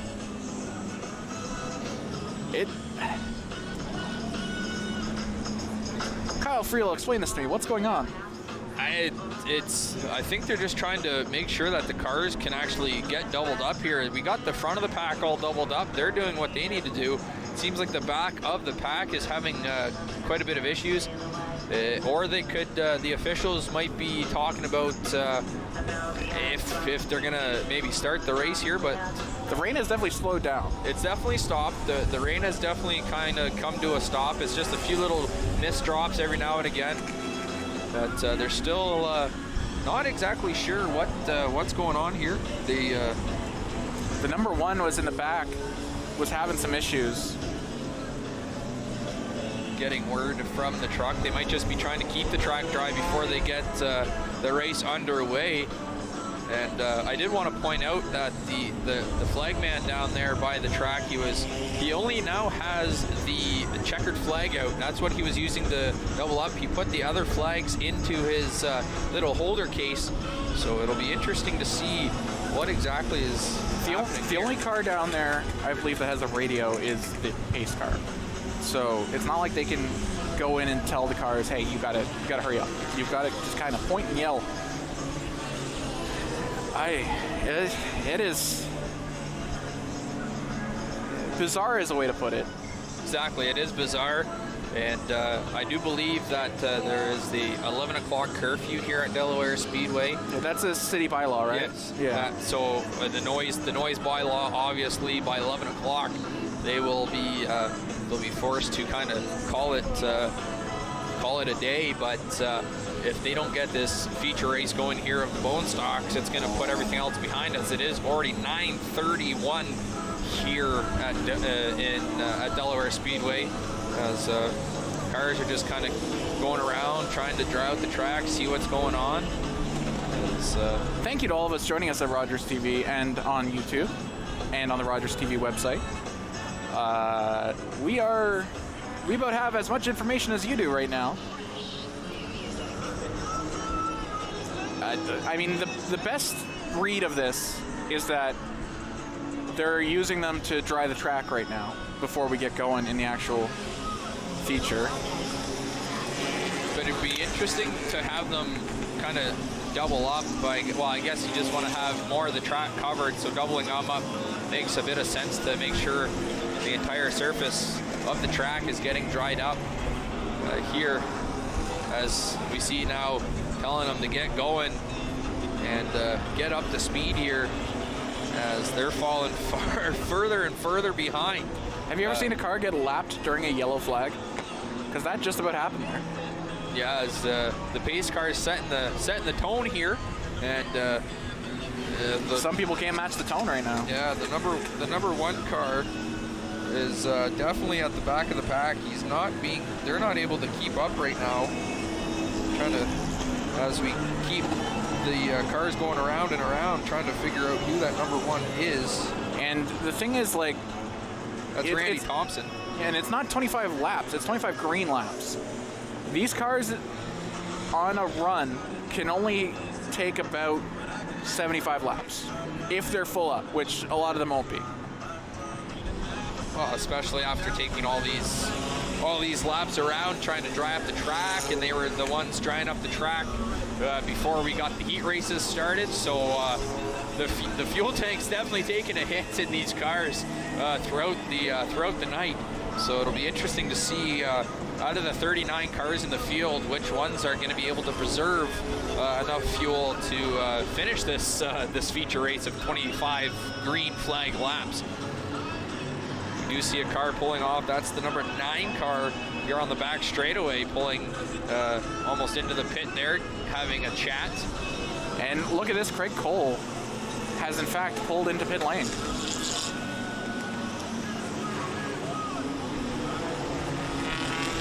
Oh, look at that, he needs gas. That's what it is.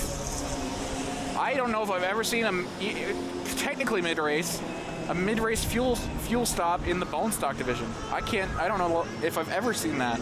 Usually not. They're usually obviously all nice and fueled up and ready to go for a feature, but today's kind of been that unorthodox type of night. Starting late with the rain earlier on, and now it's still kind of waiting to see what's going on. And yeah, if you need fuel, you need fuel. That's what we see here as they're emptying the fuel canister into the tank.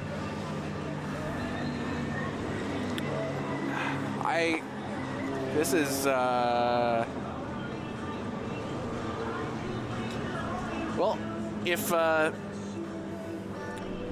if Colin Willems wants to claim the record for most laps led at Delaware Speedway, he might be on his way. I'm not sure how many laps we've run under yellow now, but it's been quite a few. Yeah, I haven't really... Jordan Willems has also pulled into the pits. I think I lost track of the laps around after I almost had to take my socks and shoes off. But also, as we are waiting for the feature race to happen, if you're here, if you ever come out to Delaware Speedway, What the Fork started out as a food truck, and now they have their brick and mortar concession stand here at Delaware Speedway. Some great food. Joey, I had a hamburger and fries I had a hot dog. today. It was really good. What I noticed on their sign, they feel that they need to explain what a donair is, because under donair it says about 4 times, "This is East Coast food," like as if someone walking down goes, "What's a donor? Oh, it's East Coast food. All right, I gotcha." We do see the stock, the bone stock cars pulling into pit lane. It might be legitimately at this point, we know you guys need fuel, so let's go get fuel. Also at this point, they've been running slow in the rain for so long. They need to get their windshields wiped and all that. I mean, what can you say? Well, if anything shows like it's a good sign, the flags are now back out, getting put into the holder. So yeah, the bone stocks will come out. The pit crews will be out with the microfiber cloths, getting the windshields all dried up, and as the rain has kind of slowed up. I think that's maybe what they were waiting for. They all have to run out because the bone stocks don't have pit boxes. They're all set up in the infield. And so we're looking at a mad rush from the infield of all the pit crews have to run out so they can actually service the cars. I mean, like, some of those teams are out in turn 3, and they have to run all the way up to the front stretch to service their cars. We get a look at the 07 car. He's got a member of his pit crew out there wiping off windows, and it's pretty much going to be everybody helping everybody at this point, getting their windows wiped down and ready to go. As we still have a few drops of rain, ever so slightly dropping. We just see... I see Sarah Penny and Carl Bartlett, who were in Victory Lane last week. Maybe they were hoping to run out here again. I don't think they expected to run out here doing this. Not at all, as we get ready for this bone stock race, and as we are, I think now, once this happens and they are able to re-rack everybody, get everybody straightened back out, we might see a green flag in the air. You see Sarah Penny right there running over to, I believe that she's running over to Cassie Howard's car to help that car get ready to go. I mean, we mentioned the BT Racing team. They've got 1 pit crew for 7 cars, so it's about 1 person per car. So that will be interesting. That they've got to deal with. Now, this is probably the first time they've had to deal with a pit stop in pit lane.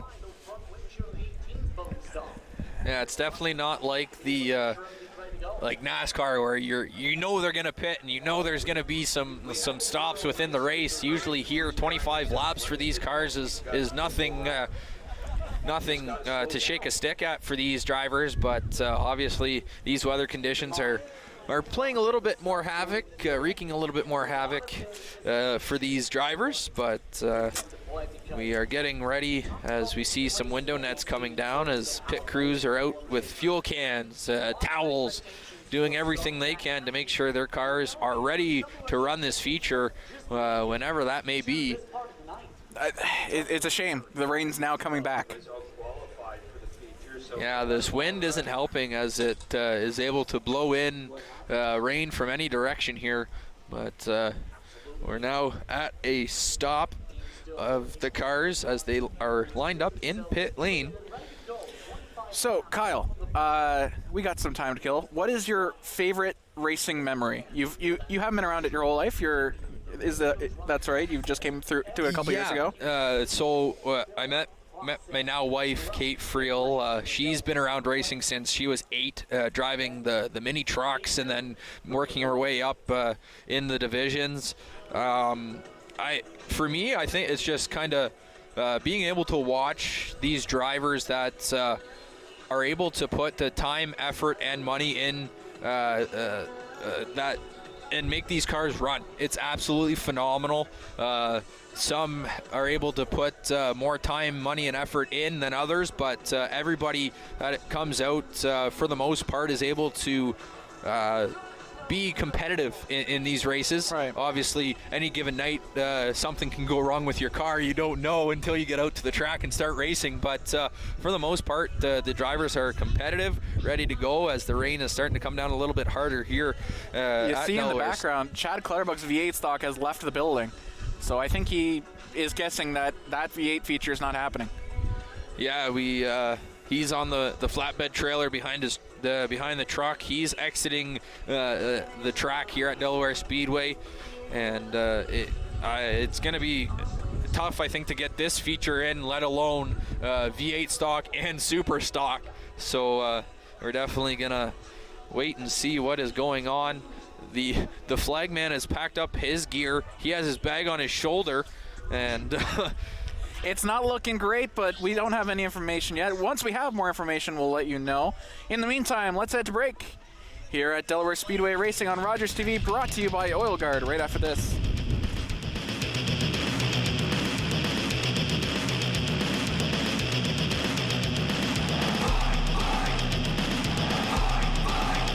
Top to bottom, no drip rust protection at Oil Guard goes right to where your car or truck needs it most. From the engine compartment to the door panels, and 8 points in between, Oil Guard has you covered. One Oil Guard treatment will help you duck the rust for 1 full year.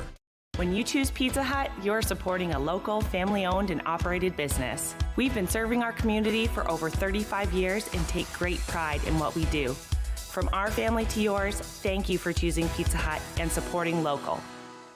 Looking for the best way to get the Major League Baseball games you want to watch? Rogers Super Sports Pack has you covered. With MLB Extra Innings, you'll have a premium ticket to out-of-market regular season games with all games available in HD. Don't miss the action from the games you want from both the American and National Leagues. MLB Extra Innings, part of the Super Sports Pack. For only $35.95 a month, Rogers customers get all this for one all-inclusive price. Order using your remote starting on channel 431 or visit Rogers.com today.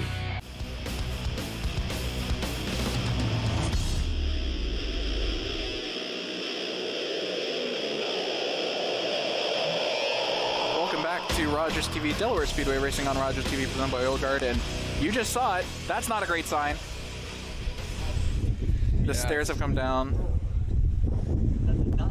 Yeah, so as we went into the scorers booth there, their rumblings is that we are gonna be. There it is, right there. They've just announced it. The rest of the night has just been called.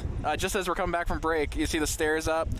So the heat races are final. They'll still give heat points, but that's going to be it, and that's a good call. Just as I said that, we're getting drenched out here. It's getting a lot worse. It's getting worse before it gets better. The bone stocks, they went out, they dried the track, and then honestly, if they would have went a little earlier, they might have been able to get a couple laps in, but it wasn't going to happen. It wasn't in the cards tonight. All right, so Kyle, any final thoughts before we head out? The heat races were fun to watch. That's about it. We will be here next week, Joy. All right, and again, thank you all so much for joining us. We'll have racing for you next week, but for all of us here at Rogers TV, thank you so much for joining us, and we'll see you next time.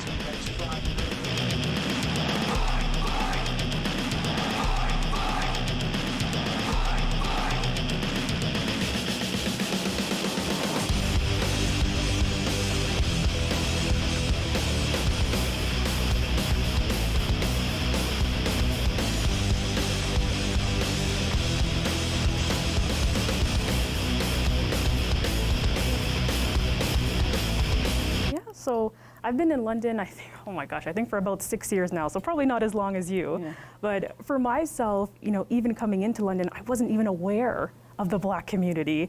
I'm still not 100% into it. I'm still learning every single day, and I'm so happy that there is a community that I'm a part of.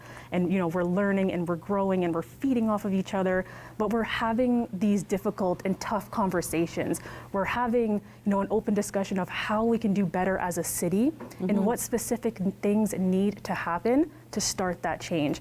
And I love being involved with these conversations that are happening more so on social media now, because due to the pandemic, that we're having that dialogue, we're having that discussion of, as a whole, as a city, what can we do better? Because we see it, we face it. This is a daily, weekly, monthly occurrence. We go through systematic racism, but now now is the time that we're having these in-depth conversations of how we can do better, and that's why I'm really excited for this priority, and that it actually is a priority. This is something that we're focused on how we're going to be able to do better. Yeah, I can hear the passion in your voice around this, so that's really cool. Yeah, and I wondered whether you could speak to, because from where I sit, and we've been talking about it with the organization I work for, Pillar Nonprofit Network, and we've been having this kind of conversation internally for our system. And one of the things that I wondered if you could speak to is to the diversity of the Black community itself. So when you're trying to speak for the community, what are the kinds of things that you want us to know about the community? I feel like that's a loaded question. With the community, it's more so just having that voice. I know a lot of people right now are, putting out those call to actions and trying to get people involved, but we all have to come together to use our voice, and that's what's going to start change. And I know for us, it's not something that's going to happen overnight. We are having these conversations and getting people involved, and I feel like that's a challenge in itself.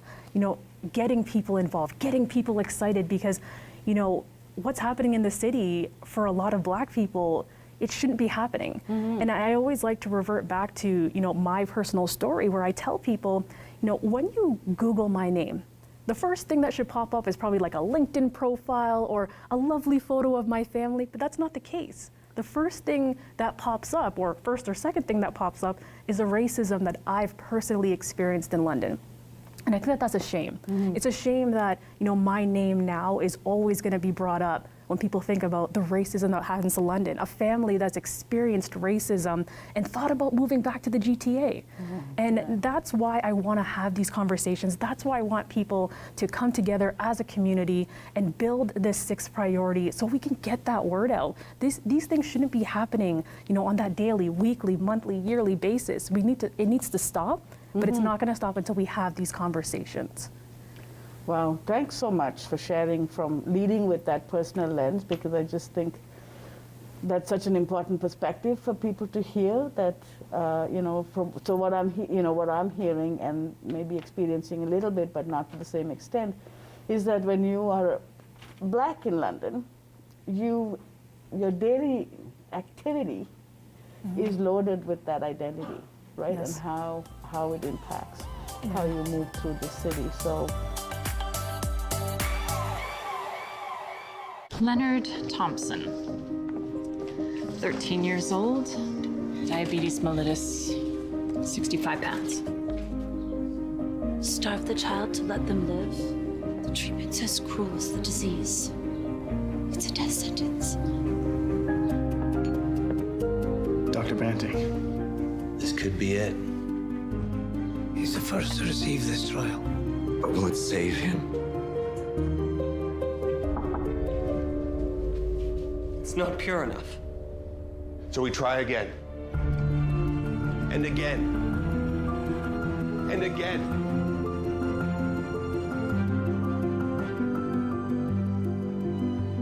Before the discovery of insulin, diabetes was a death sentence. Banting, Best, Collop, and McLeod's breakthrough has saved millions of lives. Leonard Thompson's was the first.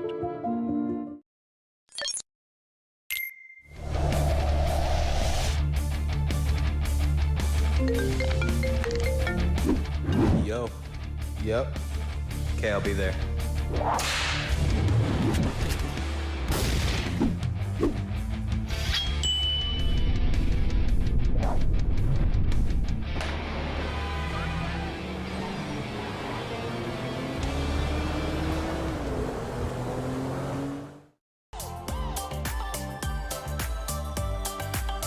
I am sort of curious as to some of your thoughts around where you think the mobilization of the 6th working group could go, and maybe a little bit about where you're at right now with it.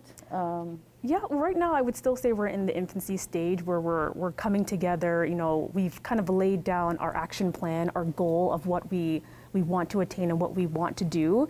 And the next step is really going to be that call to action. So going out to the City of London and asking for volunteers and saying, you know, is this something that you want to be a part of? Is this something that you could see yourself committing to and being able to, like I said, put that fundamentals into what this 6th priority group is all about? Because as you mentioned before, you know, being Black in London is a challenge. It's exhausting. It's something that, you know, most people don't have to think about when they go outside. But in the back of our mind, it's, you know, what are we going to experience today? Do I have to act a certain way? And that's where all of this information for the priority group is going to come into action. Like, we're going to be discussing these things, talk about our lived experiences, because if we talk about it, that's how we're going to be able to start putting into a plan of how we can do better. And like I said, we expect a lot from London, so I think this is where it's going to come into play. Yeah, well, it's about time, don't you think? I agree. So as I'm imagining and thinking of all the people who are hearing your passion as you're talking about this initiative, I think this would be a perfect time for you to put a call to action out to sort of say, what is it that you're looking for to support this work? Who are you looking for? And timelines, if that's appropriate, just of course, put it out there. Yeah, I think at this point, we're really looking for passionate people, just like myself, people who, you know, this hits near and dear to home, people who want to make a difference. They want to have that impact, and they want their voices heard. London, that's what we're looking for. We need you. We need you to step up at this point and really be that voice. Because I know a lot of the times it does take a long time to find your voice. You know, you have to build up that confidence. But when there's something like this happening within our city, how can you pass that up? How can you pass up the opportunity to use your voice for the greater good and be able to, you know, make the city where it needs to be? We're never going to be the GTA. We're never going to be Toronto, and that's fine. But let's make some steps. Let's make some strides in the right direction so we can be more diverse and be more open and just people being more accepted to the Black community. That's what I want. So that's my call to action, is really, you know, when you see these things posted all over on social media or whatever channels that you're going to be seeing out in London, you know, apply. Take the first step to learn more about what we're doing here, and, you know, make that first step to apply and get involved and ask the right questions. And that should be happening shortly. And, you know, if this round doesn't necessarily work out due to timing, we'll be having this discussion again in 2021. We'll have it in the first half, so now's the time to kind of jump on this opportunity and be the change so that London can be better overall. Great. So right now, so the anticipation is good. So the call to join was going to come out in sort of social media. I remember the diversity inclusion strategy. You can get on the website, right? And yes, it's be going through multiple channels. Yeah, multiple channels. So there really is no reason, nothing that should prevent somebody to be able to engage. Exactly. If they're looking to engage. And we'll be sharing it within our networks, word of mouth. We'll be getting the word out and doing our part on our end as well. You spoke about the fact that, you know, what happened earlier on in the summer with the Black Lives Matter movement, having the resurgence sort of brought this back to the forefront, and it seemed like Londoners responded with that first rally. Yes. Do you think the time, this is the opportunity? I do think the time is now, and London coming together as a community, I was a part of that. And to see the response of people coming out, you know, like just chanting, you know, Black Lives Matter, we're here, like we're not going anywhere, we're here to make a statement, being a part of that, and even looking at the pictures, I just felt so proud to be a part of that moment because it wasn't all talk. You know, sometimes we get hung up with, you know, just doing a lot of talking and planning and trying to figure things out, but it was doing. People taking that step to say, I'm gonna organize this, I'm gonna do what's right, I'm gonna get as many people, I'm gonna get the word out so we can all come together. And for me, just being a part of that experience just realizes that now is the time to capitalize on this priority group and get it to where it needs to be, because to be in that moment where you're looking all around and you're seeing everybody, we're all there for the same purpose. We're all here because we want London to be better. We're all here because we're angry. We're here because we want better. We want change. And to see that and be a part of it, I know for myself, if I wasn't woke then, I'm woke now. And I'm just really excited to be a part of this change for London. Yeah, I feel like that movement has embedded, has sort of infiltrated into the system. It really and has. now is the time to sort of do it through this work, make agree. that system change. We're on a high right now. Let's just keep it going. We started the diversity inclusion strategy implementation with 5 strategies, I believe. And, you know, I'm so glad that we have taken this step to add this 6th specific strategy, because I think you need to name it to do it. And I can't imagine a better leader to lead us through this. So I'm really going to be excited to see what the working group comes up with, and to say thank you so much for the work you do. Thank you. I really do appreciate it. And I'm here to make London a better place, one step at a time. Rogers TV has given me a ton of opportunities, including meeting new people, getting involved with my local community, and trying a ton of variety of different production roles, such as graphics, camera, and audio.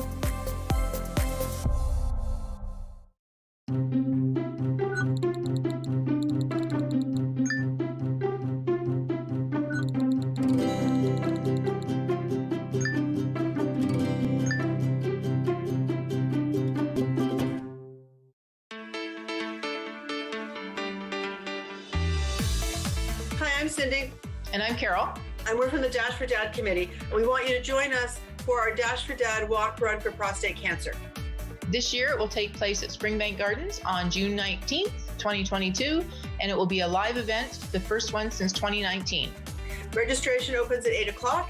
The race starts at 10 with opening ceremonies around 9:30. We'll also be providing some entertainment with Dotsy the Clown. There'll be a photo booth from Music Central. David's Tea will be there, Domino's Pizza, and lots of entertainment for the family and friends.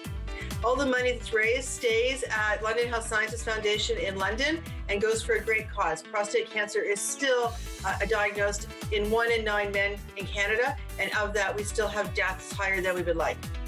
And we would love you to join us on that day so that we can provide more funds for research and help prevent this disease.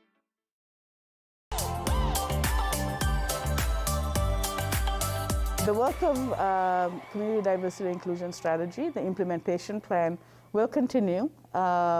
We will be also working with university students through the City Studio London project to help us advance the implementation. The Diversity, Race Relations and Inclusivity Awards are still accepting nominations.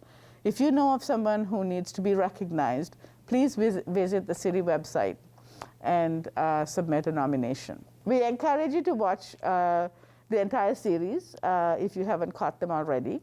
And if you or anyone you know would be interested in helping us with this implementation plan, please go onto the city website and register to join us. At this time, I'd like to thank everyone who participated in putting this series together, and a special shout out to Rogers TV. Thanks everyone for watching.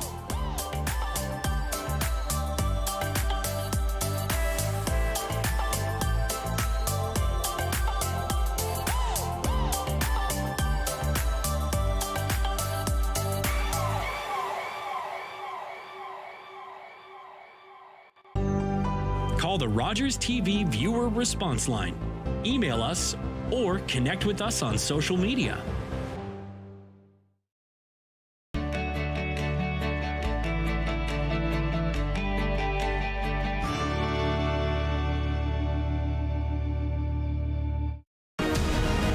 This is going to be a phenomenal fight, and I can't wait to see it. Glover Teixeira! It's going to be a brutal fight. I'm coming home with the bell. Yuri Prohaska! He's here to take over. Valentina Shevchenko! She is a straight-up assassin. Tyler Santos, flyweights' newest contender. One of the most epic fights in the history of the UFC. The UFC's going to Singapore. This card's stacked from top to bottom. I cannot wait. Did you have fun?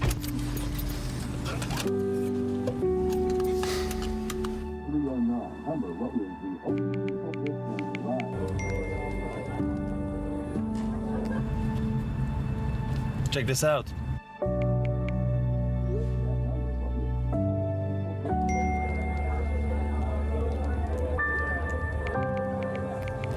It's nice, right?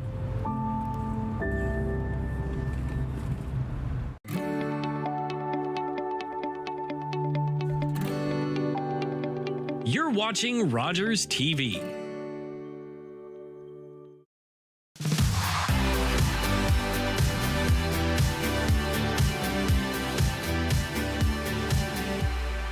Good morning and welcome to the What's Up London show. I am your host, Jennifer Slay. I would like to recognize and acknowledge the ancestors that came before me, allowing me to be here today. I also acknowledge that I am currently outside of London and visiting the lands of the Waccamaw and Winya Native Americans. My guests are sitting on the traditional lands of the Anishinaabeg, Haudenosaunee, the Natpawak, and the Ottawandaron peoples. And I am grateful to be able to visit and call these lands home. Today's show has a little something for everyone. Events, community planning, and fun for all. Our first guest has a question and a call for action for all of us. The London Health Science Centre is looking to reimagine the future of healthcare and wants your input. Let's learn more. Good morning, Jackie, and welcome to the show. Thank you so much, Jennifer. Very happy to be here. So LHSC is doing a master plan with regards to reimagining the future of healthcare. Can you tell us what that means? For sure. We take our accountability and responsibility for the care and well-being of the communities we serve very seriously. And master planning processes offer a hospital to do two things.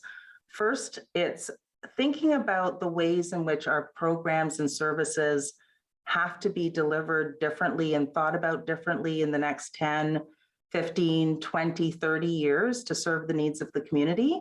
And then once we know that, the ability to understand what does our physical space or our equipment and our buildings and infrastructure need to be to deliver on that promise and commitment to our communities. Okay, and so in order to do this, you're not wanting just the board or just the people within the bubble, let's say, to do this. You want the community to be involved. Absolutely. It is so critical in a master planning process to hear from the people we serve what their needs will be. Actually, we always need to hear what their needs are today, and we have ways that we actively get that today. But this is a special engagement asking our communities to imagine the future. And many individuals, for example, would have an abstract understanding that they, are with aging neighbors and aging parents. And some members of our community would understand that the numbers of our population of 75 and plus is expected to more than double in the next 20 years. And with that sort of one small piece of information, what would our community say about how they'd like to engage with us, how they'd like to come into our buildings, how they would like to be served in their healthcare needs? And that's really only information you can get from your community and from those we serve. Right.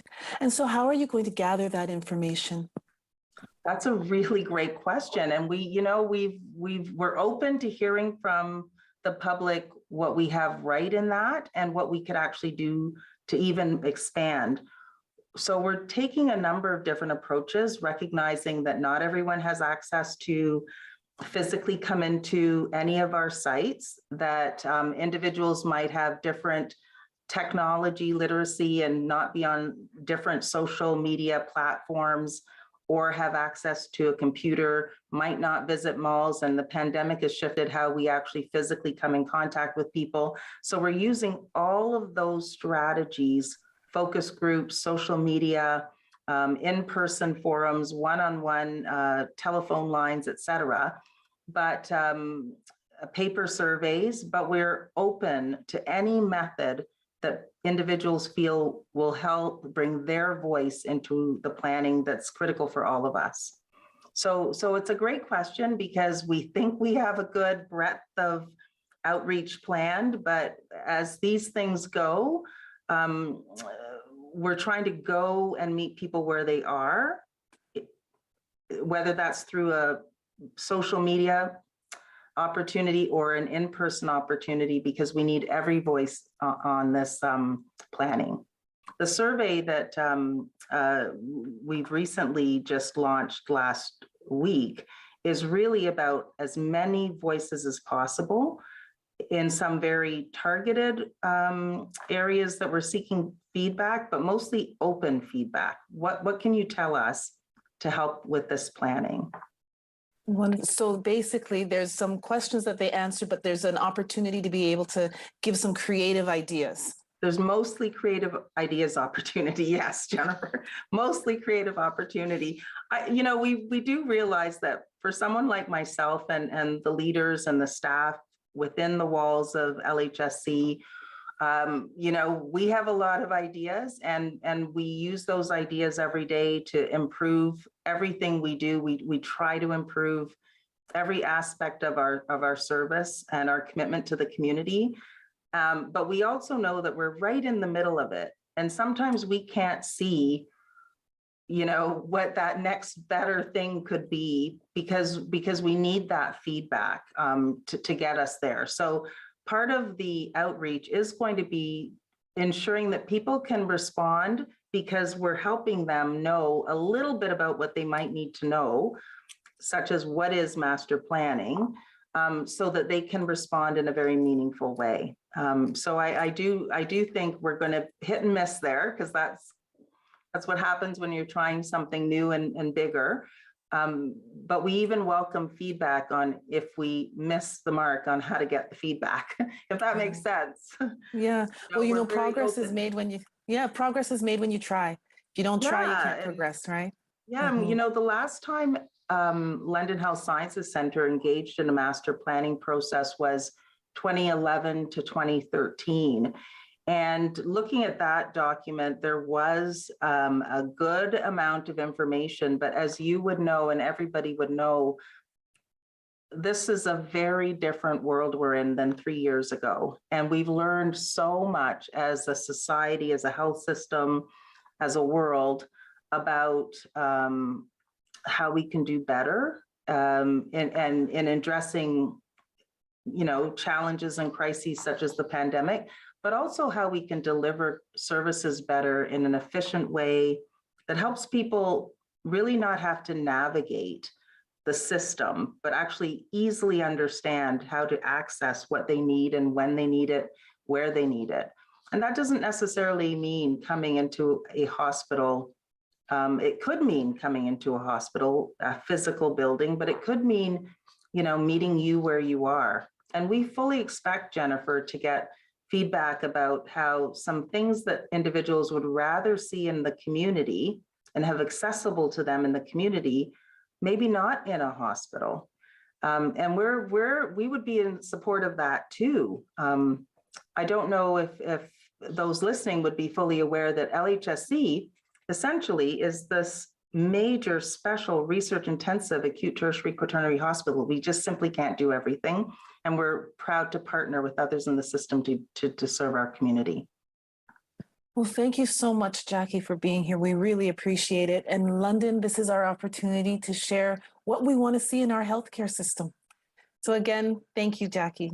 Thank you very much, Jennifer. Thank you.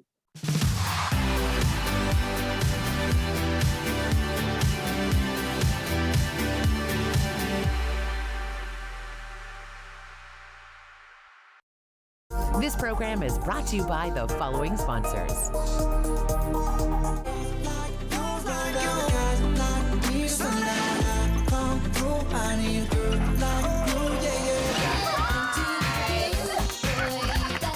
Your happy place. Easy 1013, the perfect music mix. Blow out all candles before you leave the room or go to bed.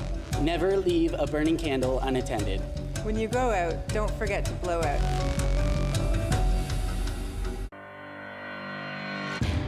I started playing softball when I was 4 years old. I loved it because it was all about having fun with my friends. And it still is.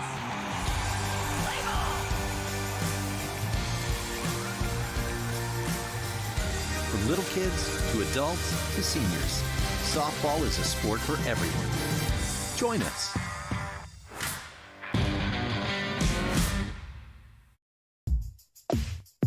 Hey, what's going on, everybody? Tyler Fines, host of Off the Puck Hockey on Rogers Channel 20. We interview some of the biggest names in hockey and sports. Check us out, Rogers Channel 20, Off the Puck Hockey. Let's go.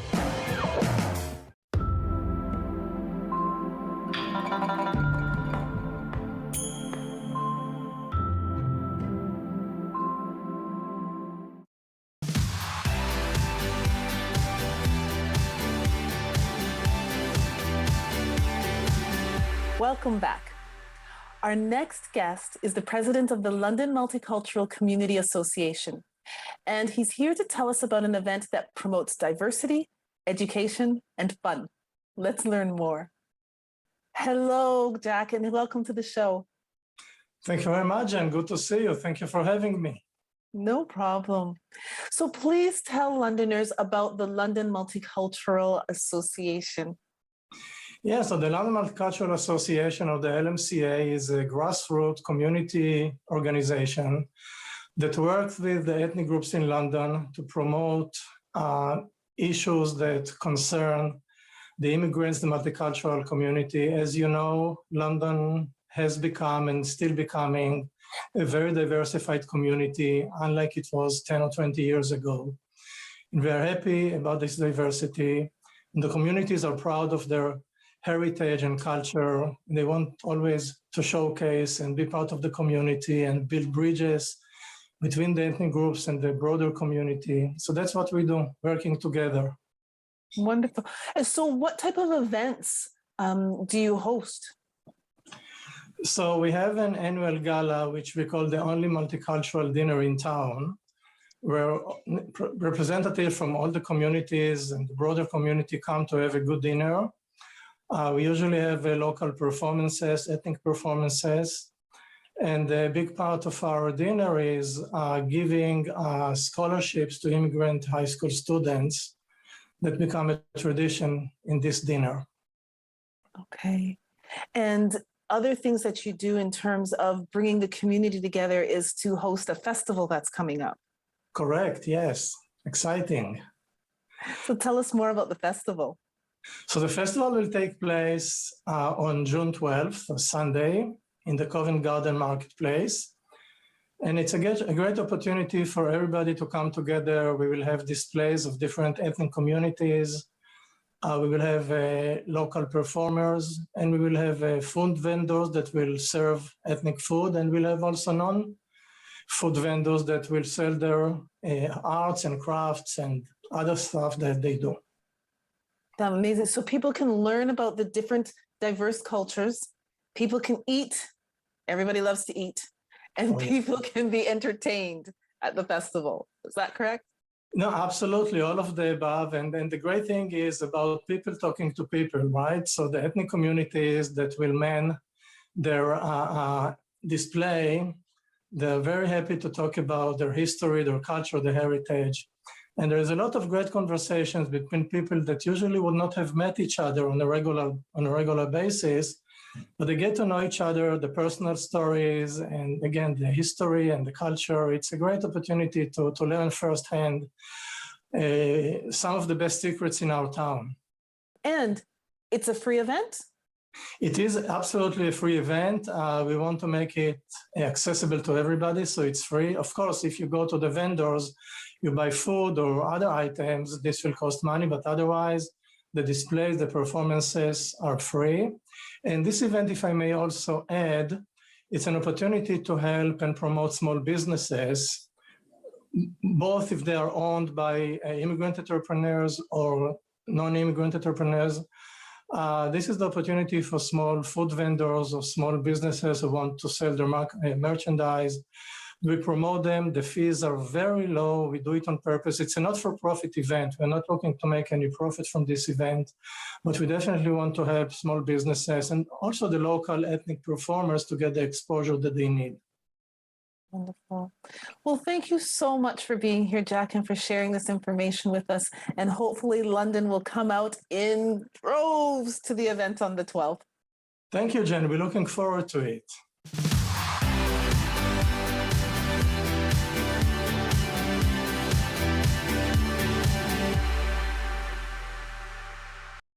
This program is brought to you by the following sponsors. For more information about the vaccine and eligibility, visit healthunit.com. To book an appointment, call the number on your screen or book online at covidvaccinelm.ca. Jeff from Chillin' and Grillin' with Jeff. We're back for season 3. We've had the opportunity to see some great backyards and have some great barbecue. Join us, Chillin' and Grillin' with Jeff.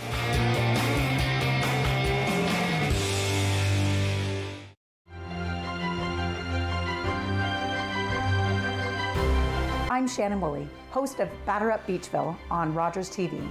Join myself and Doug Harris as we learn more about the first recorded baseball game in Beachville.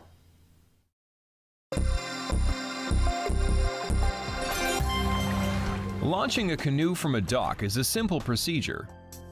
The paddle partner should climb aboard by placing one hand on the dock for balance and the other on the outside gunwale of the canoe. Then, you swing the stern of the canoe close to the dock, and the stern paddler climbs aboard using the same procedure. Once settled, push away from the dock and paddle away.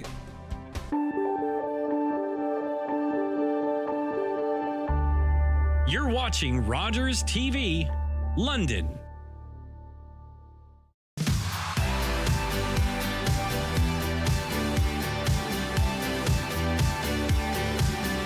Welcome back. Jamie Prue is the general manager of the Planet Fitness London Club and has a program for youth aged 14 to 19 where they can get fit and have fun throughout the summer. Let's learn more. Hello, Jamie, and welcome to the show. Hi, Jennifer. Thank you so much for having me. Not a problem. So tell us more about the program that Planet Fitness has for youth. Absolutely. So this summer, Planet Fitness is running their high school summer pass. It's a great program for youth ages 14 to 19 to get back into being active. So they can work out totally for free all summer at any Planet Fitness in Canada. So all they have to do is go to planetfitness.ca/summerpass. They can sign up totally for free and work out until August 31st. They also have a chance to win scholarships, even with a grand prize up to $5,000 just by signing up. Oh my goodness, that's amazing. So the scholarships are those for the grade 12 students, or is it held, or how does that work? So that's for anyone who is involved in the program. They're enrolled automatically for a chance to win, and they can get their winnings when they're ready to collect. Nice, nice. And so I have teenagers, and they can think that they are stronger than they actually are. When they attend Planet Fitness, are there people there to support them, to make sure that they're not lifting too heavy of weights?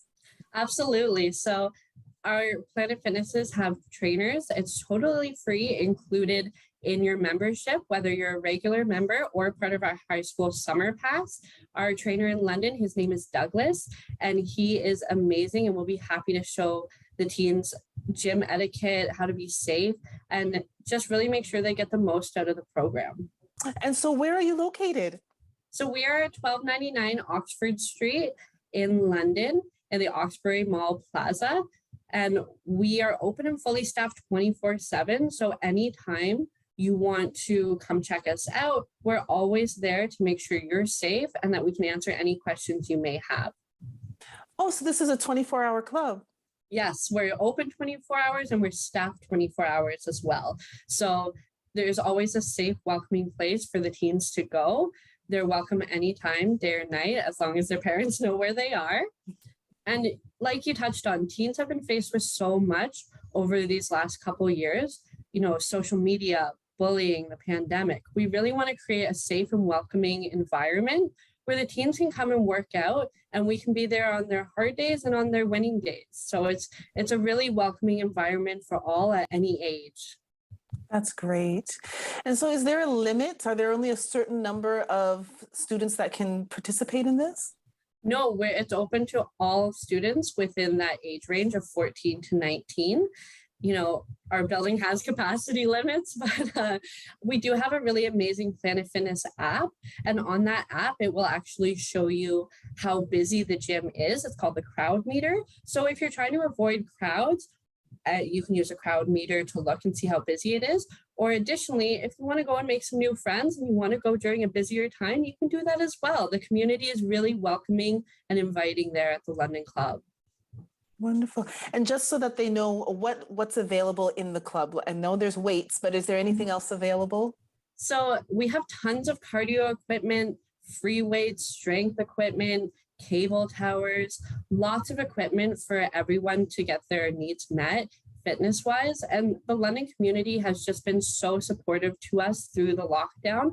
We're so excited to bring in this new generation of Planet Fitness kids into our gym.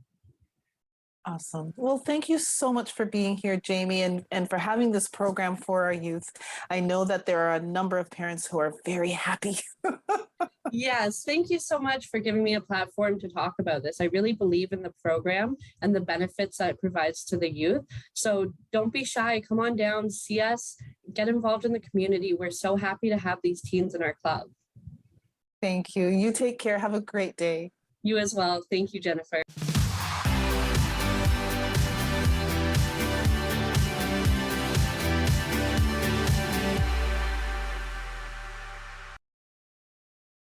Hi, I'm Dan Naylor. I'm the host of London Lights, the show where we talk about notable Londoners who have made a big mark, big impact on the world of music, entertainment, sports, politics.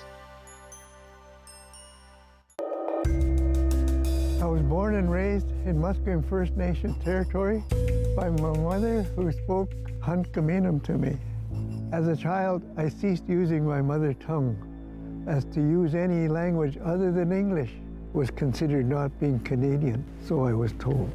The old people came to me in a dream and reminded me of who I am and where I come from. I have reawakened. My roots are strong, and I'm no longer a silent speaker. My language tells me where I am from. It defines me and guides me to teach others to learn and understand our culture and traditions. A gift for those in the present and the unborn generations. What was lost is found. What was asleep has awakened. My blood is here, and I am complete. I have returned home. Most people that have received treatment for drug use problems are probably going to have a lapse. Join addictions counselor Dean Anderson for Invisible, Breaking Through the Stigma of Addiction, on Rogers TV.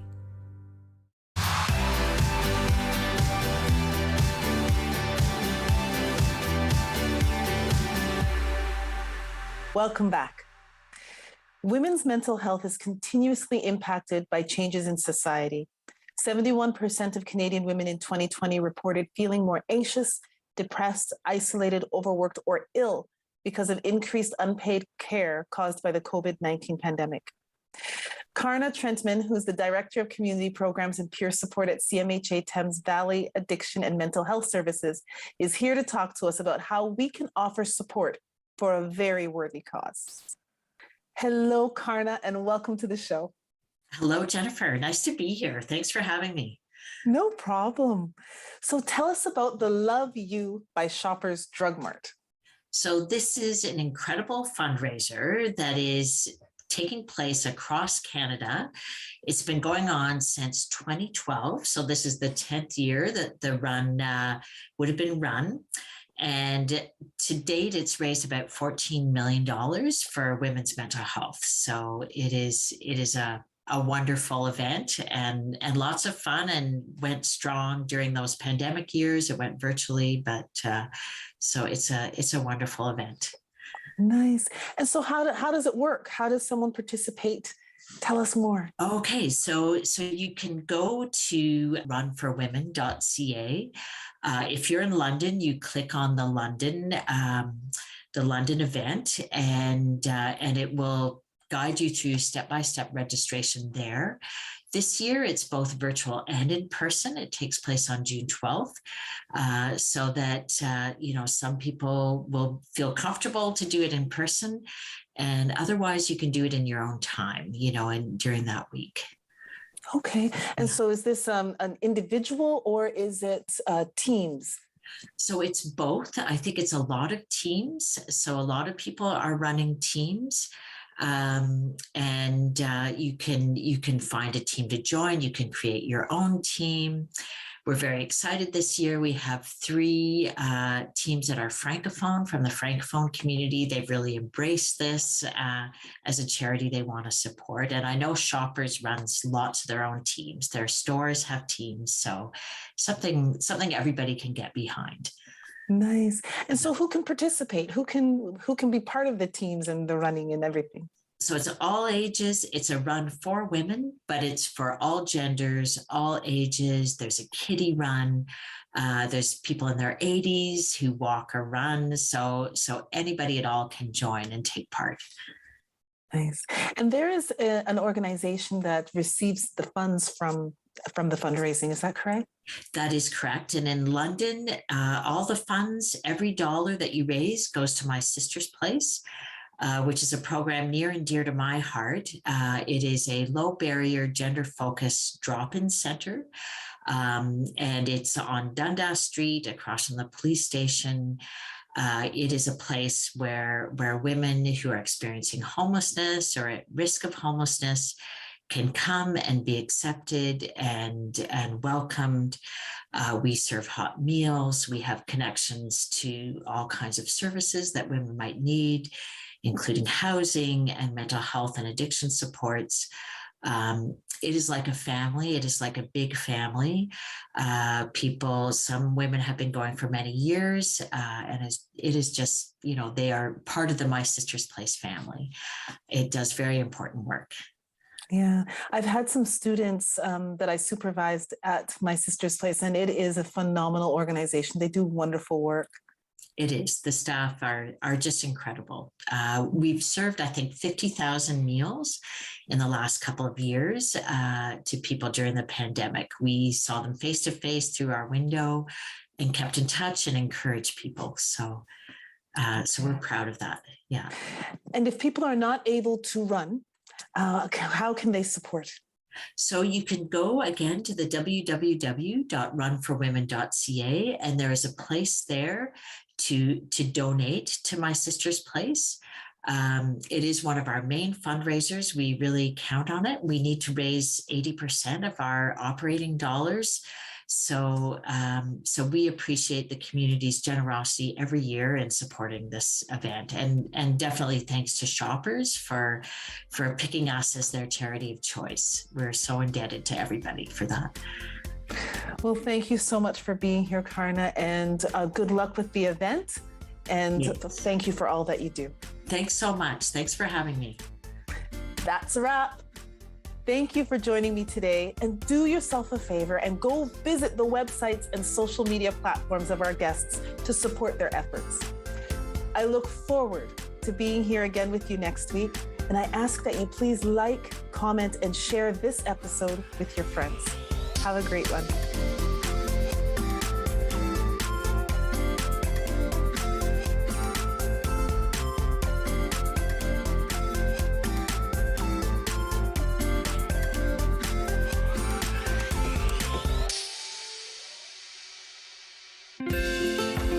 Call the Rogers TV viewer response line, email us, or connect with us on social media.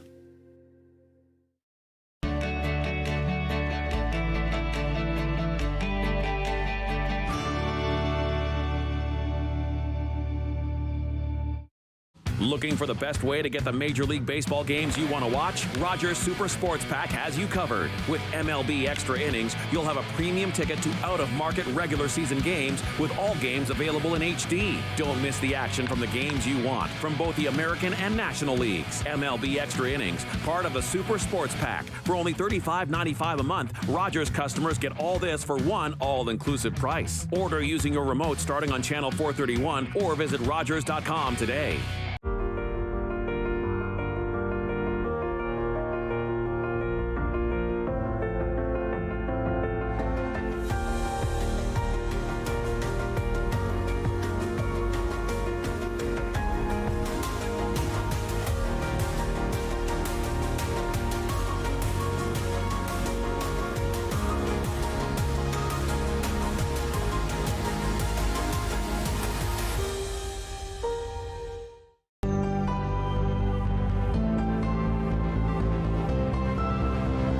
This is Rogers TV.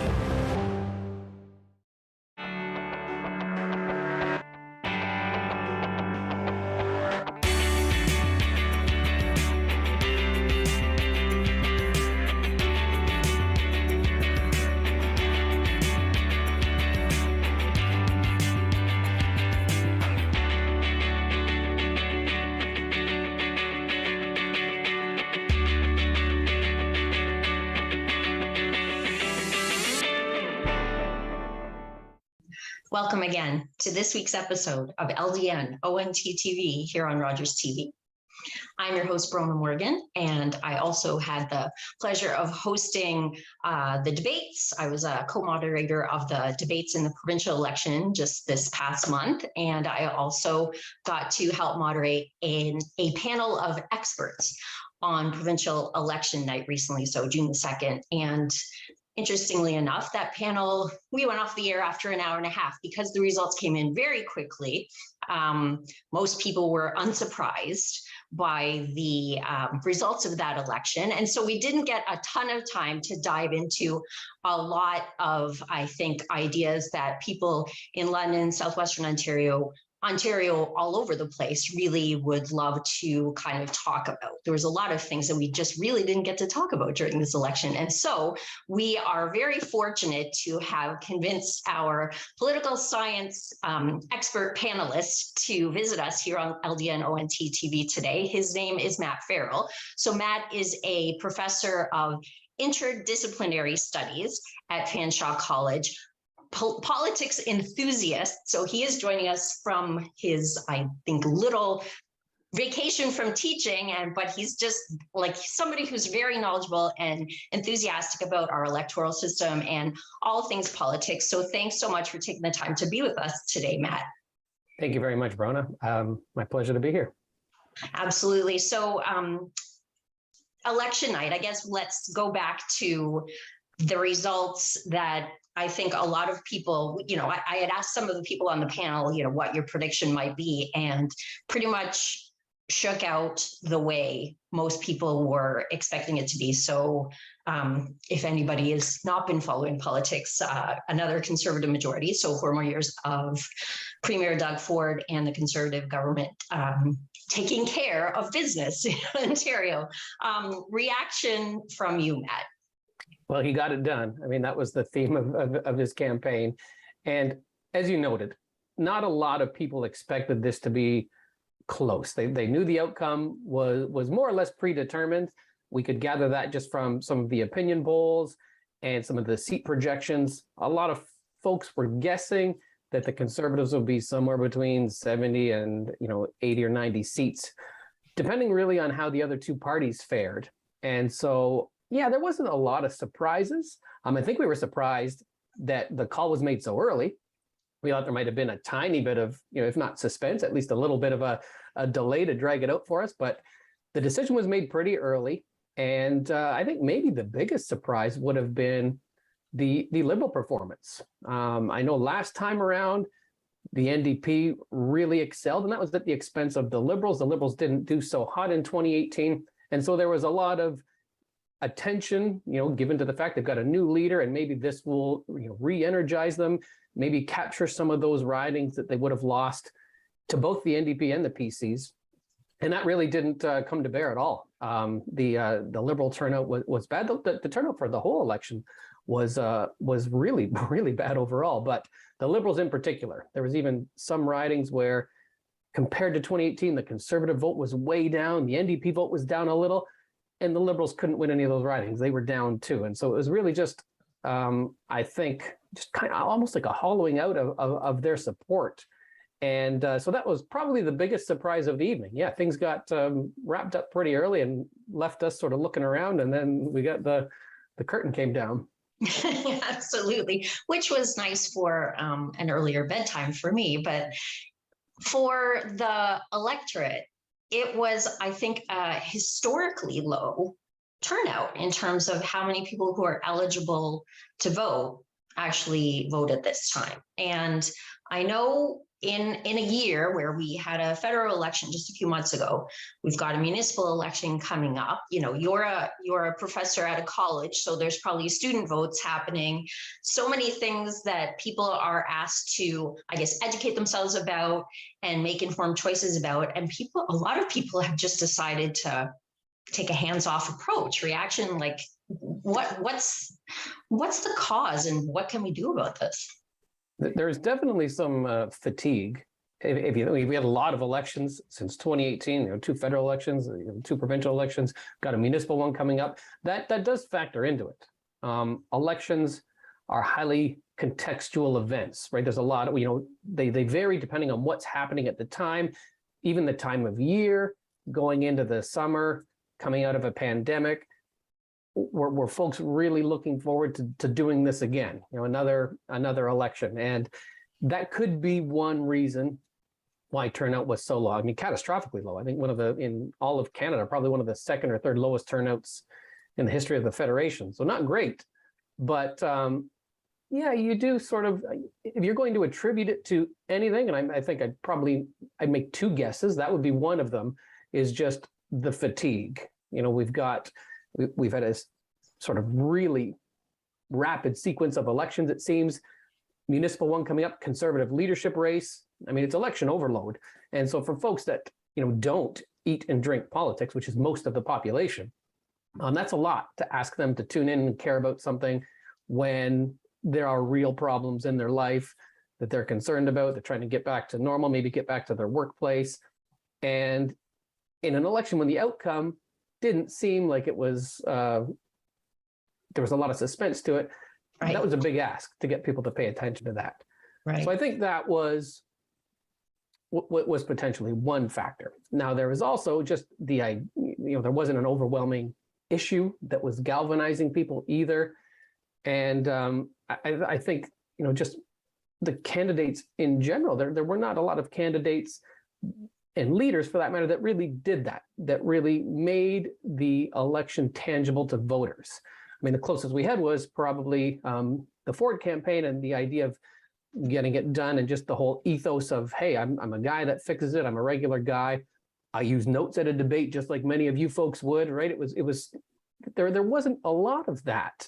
And I think there is space for that right now. Even in the London area, we see some candidates that were academics. And I just wonder if that's really what the electorate wants. I don't know if we need like a Bernie Sanders kind of candidate or campaign or party or movement, but I feel like there was an appetite for somebody that was a little closer in terms of understanding the experience of the average voter, rather than kind of more political elite academic types.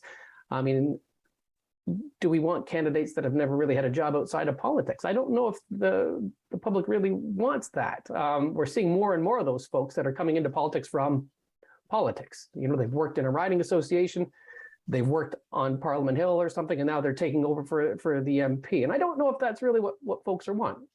They like to identify with somebody that can speak to their experience too. And so I think there was maybe room for those types of candidates or leaders, especially in terms of the Liberals. Interesting. And I think when we see a turnout like we had this time, some issues come up. One would be making voting mandatory, and another one would be term limits. So we've got just maybe a minute or two before break. So comments on maybe those ideas? Term limits tend to be bad in the sense that they just encourage a lot more turnover, and you don't get a lot of expertise. And in terms of the types of folks it recruits, you really don't get that longevity and sort of long-term planning, I guess, for legislating. And so the research around that tends to be not great. The term limits don't really have a good effect in legislatures. Mandatory voting, that's definitely something that might have some potential. Some other countries do it. And it's not, there's a small monetary penalty, almost like a little nudge to encourage folks to vote. So maybe that's something to explore as well. And that could force candidates to speak to more portions of the electorate if we know those folks are going to come out. Absolutely. Interesting take on that. And I am sure you've got some awesome takes for our viewers on a lot of other issues. So hopefully you can stay with us if you're watching. We've got more with Professor Farrell after the break.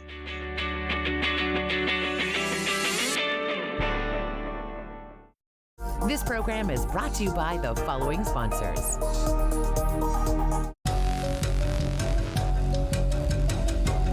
Blow out all candles before you leave the room or go to bed. Never leave a burning candle unattended. When you go out, don't forget to blow out. Hi everyone, my name is Dr. Mario Elia, and I'm the host of a new show here on Rogers TV that we're calling Keeping London Healthy with Dr. Mario. So tune in Wednesdays at 6:30 p.m. and we'll see you then.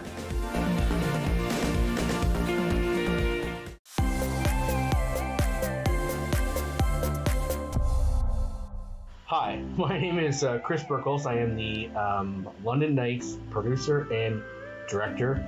I've been at Rogers TV for 23 years. I am where I am today because of the experience and the skills I learned when I was a volunteer here at Rogers over 23 years ago. Without my volunteer experience, I don't think I would have been able to have the knowledge of what it takes to direct live sporting events. Now as a staff member, I get the opportunity to share my expertise with the volunteers.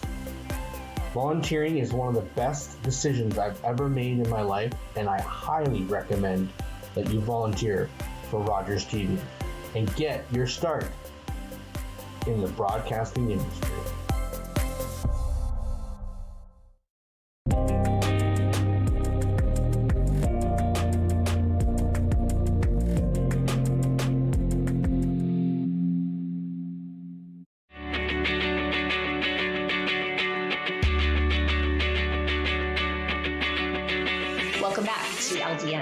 TV here on Rogers TV. We are the politics broadcast on Rogers TV.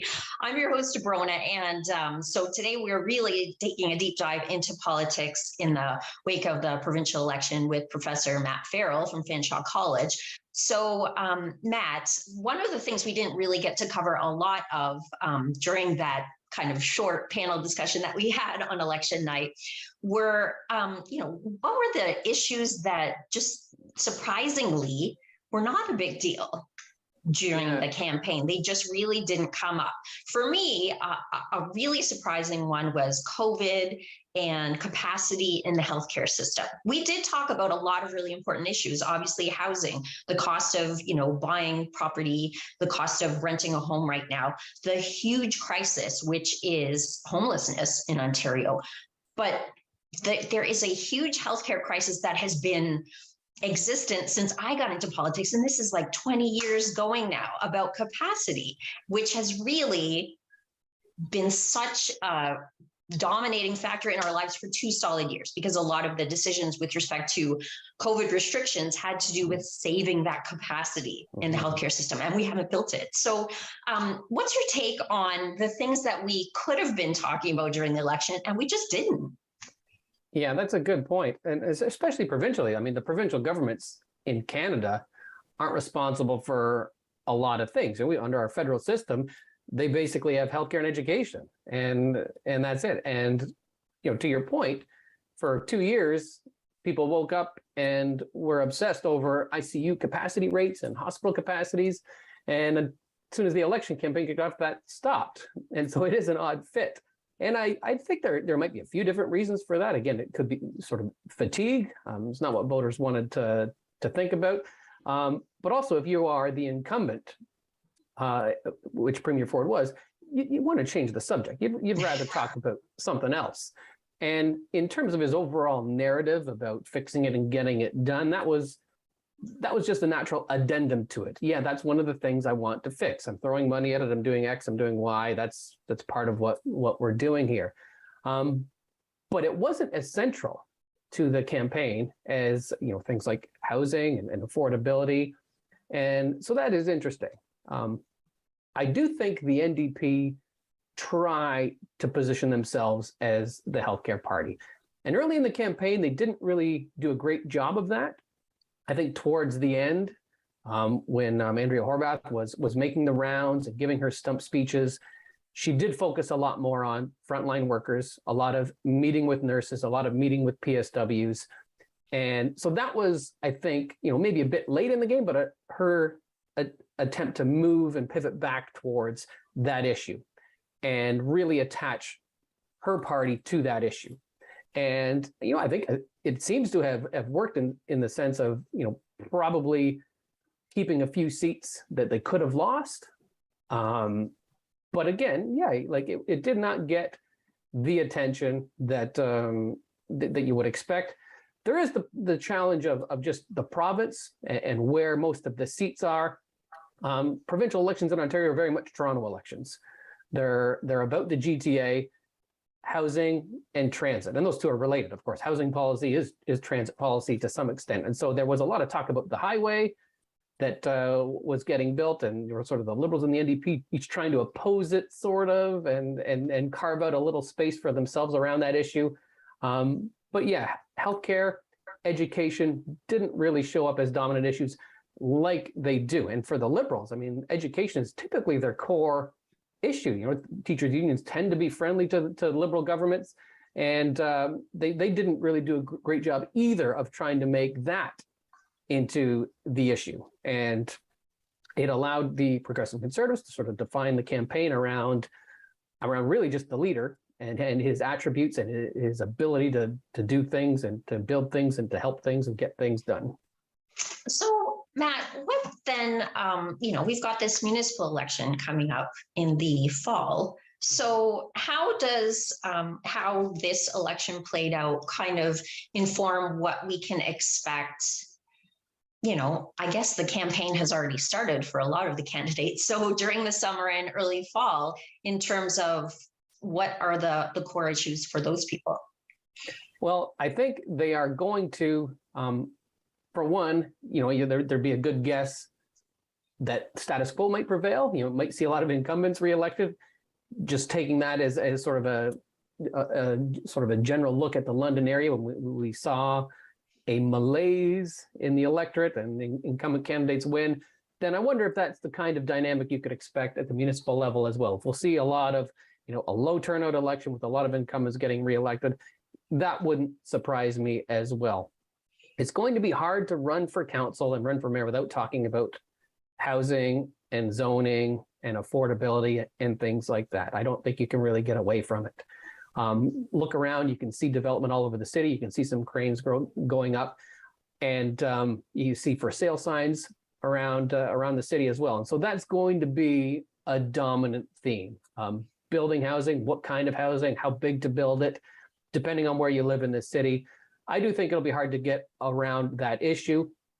Also, when affordability is sort of a dominant theme, opinion polls seem to indicate that that was a big issue.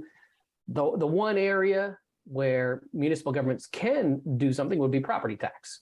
Do they talk about reducing property taxes? Is there talk about user fees and transit fees and stuff like that? So is there a discussion about trying to make day-to-day life more affordable? So that's something that we might look for as well.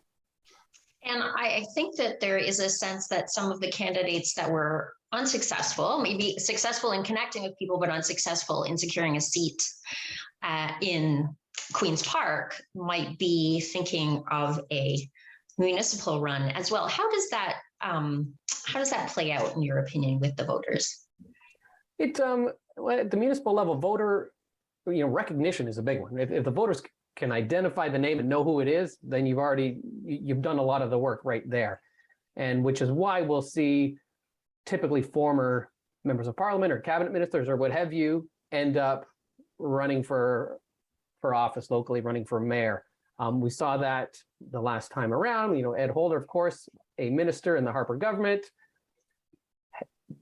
By doing that, you've already got name recognition across part of the city. At least you've got a network that you can draw on for fundraising and volunteers to help you get out there and run a campaign. You got to knock on a lot of doors. You got to put signs up.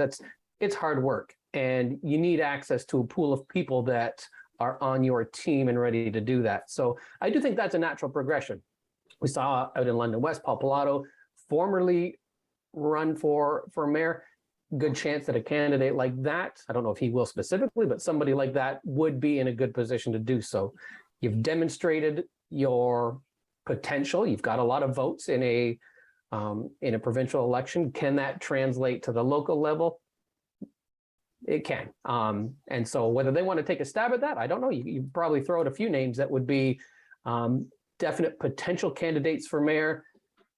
Again, you've got access to resources, you've got access to volunteers. The big question is, do those folks want to do it again? You just asked them to pour a lot of energy into a provincial election campaign. Do you want to do that again municipally, and are they going to be willing? I'm not sure. Yeah, and speaking as somebody who's done it before, it's exhausting. So this idea that and this is something that happens in the United States, it seems like people are constantly campaigning. It just never ends. And I guess maybe that contributes a little bit to the voter exhaustion as well. Even when there isn't election imminent, it's like campaigning never stops for some people.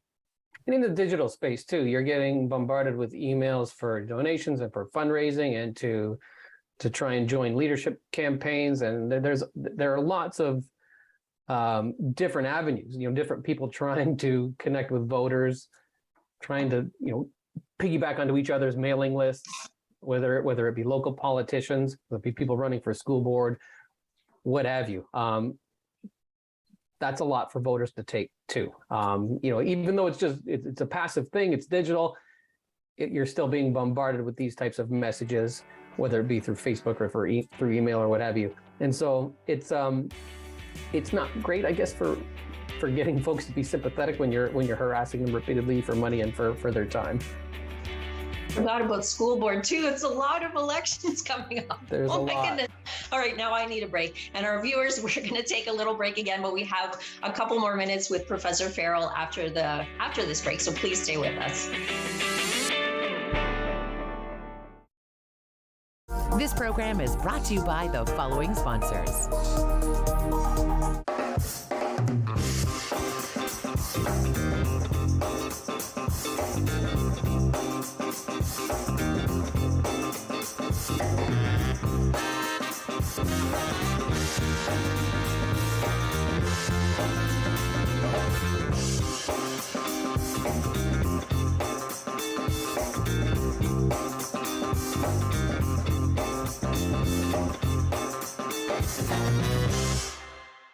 I'm Jennifer Slay, the host of What's Up London. Join me each week as I meet Londoners who are doing extraordinary things and helping to make the city a better place to live. Watch What's Up London Mondays only on Rogers TV. Hi everyone, my name's Ranger M. I love to knowledge share, and that's just what I'm going to do with you. So come on, let's go learn with Ranger M.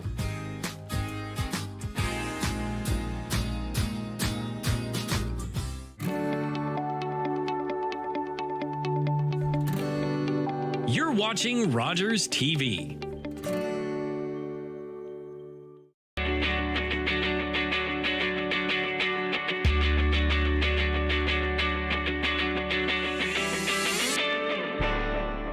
Welcome back to LDN, ONT TV here on Rogers TV. So normally, if you've watched my show before, we talk about young people, youth issues in the final segment. And I know this was something that we had addressed just a little bit on our election night panel with respect to youth engagement in terms of whether they want to be volunteering on a campaign, whether they want to exercise their right to vote, do they want the vote sooner, and issues that, you know, touch their heart, like environment, for example, again, was a non-issue in this campaign. So comments, Matt, about engaging the youth and the young people vote. I think it's important to engage everybody. The idea behind representative government is that we elect a body of fellow citizens that can represent us and make collective decisions on our behalf. If a big chunk of the population that all shares the same characteristics, if they're not voting, and you know, by definition, that government is not representative. And that's definitely the case with younger voters. I mean, depending on where you want to cut it off, under 24, under 35, I like to do it at 45. You have two very different electorates at the 45-year mark, under versus over. And yeah, that is a problem. And if you look around, even federally, provincially, and locally, housing is the issue. And well, if you're somebody that, you know, is still in school or maybe just graduating, paying off student loans, that's probably not your number one issue, right? You've got a host of other issues to care about and that are important to you. And so that's part of it, is that politicians really just don't speak to the issues that students care about, or it's not just students, but, you know, younger folks, people that are trying to get into the workforce, people that are trying to pay back student loans, whatever it happens to be. That's not something that most campaigns are geared towards. Now, you mentioned the environment. Environment is one of those issues that does skew younger. Younger voters do care more about that than older voters. And in the 2015 federal election, the Justin Trudeau was able to do that successfully. You know, that was a big part of his appeal. It was not just kind of a charismatic appeal and sentimental one, but it was very much focused on the environment. And that did help drive turnout in that election, and it worked in their favor. So I think that's just, you know, a good, you know, example of how it can be done. You want to speak to an issue that a segment of the population is important about, they will come out and vote. And, you know, youth turnout was a lot better in 2015 than, for example, this last municipal election. So that's one way to do it. Meet them on their turf, speak to issues that engage them. And of course, I mean, it wouldn't hurt to have some younger candidates as well, just by the nature of the beast. It's hard. You know, you want to get elected, you want to win the support of the riding association, you tend to have to put in your time. You typically a bit older, but it'd be nice to have some younger candidates as well that younger members of the electorate could identify with. Absolutely. And I think, you know, as somebody who came into politics, I think I was around 30, it's tough. And as a member now, like, of the media, encouraging these people by maybe not being negative and expecting perfection, because that is, I think, a real disincentive to getting involved. The way that people react if you use or misspeak or use notes, I think that might be one way that we as the media can help. Yeah, there's a bit of an authenticity gap as well. Sort of politicians speak that, you know, you don't really say anything, you speak in platitudes and generalities. I mean, that's a turnoff as well. And so I suspect there would be some potential for a candidate that was a little more plain spoken, like in sort of a Doug Ford style, where that's very much what you do. You know, you need notes because, yeah, a lot of people would need notes. You don't speak perfectly. You trip over some words. Maybe there's some room for a more authentic appeal to voters rather than the kind of, you know, typical, quote, ivory tower intellectual. Absolutely. So on that note, Please, young people, if you're watching, or people who know young people, encourage them to get involved. And thank you for watching today. Thanks so much for taking the time, Professor Farrell, as well, to bring those perspectives to our viewers. We'll have to say goodbye, and we will be back next week with more LDN ONT TV. I'm your host, Brona. Have a great week.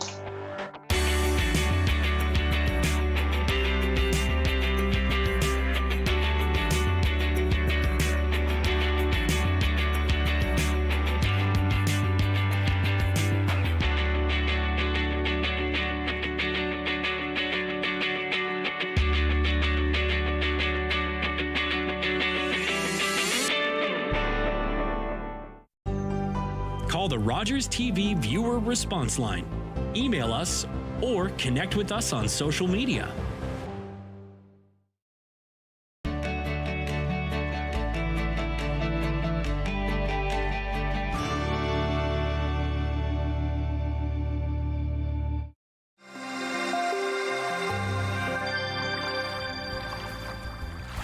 The law states a boater must carry up-to-date charts in the largest scale available for the body of water on which they are boating. Nautical marine charts are available for all charted waterways across Canada. Mobile navigation apps can also be a good navigation aid. If you are using an app or electronic charts, it's a good idea to carry paper charts as well. They are a good backup in case of a power failure. This is going to be a phenomenal fight, and I can't wait to see it. It's going to be a brutal fight. I'm coming home with the bell. Yuri Prohaska! He's here to take over. Valentina Shevchenko! She is a straight-up assassin. Tyler Santos, flyweight's newest contender. One of the most epic fights in the history of the UFC. The UFC's going to Singapore. This card's stacked from top to bottom. I cannot wait.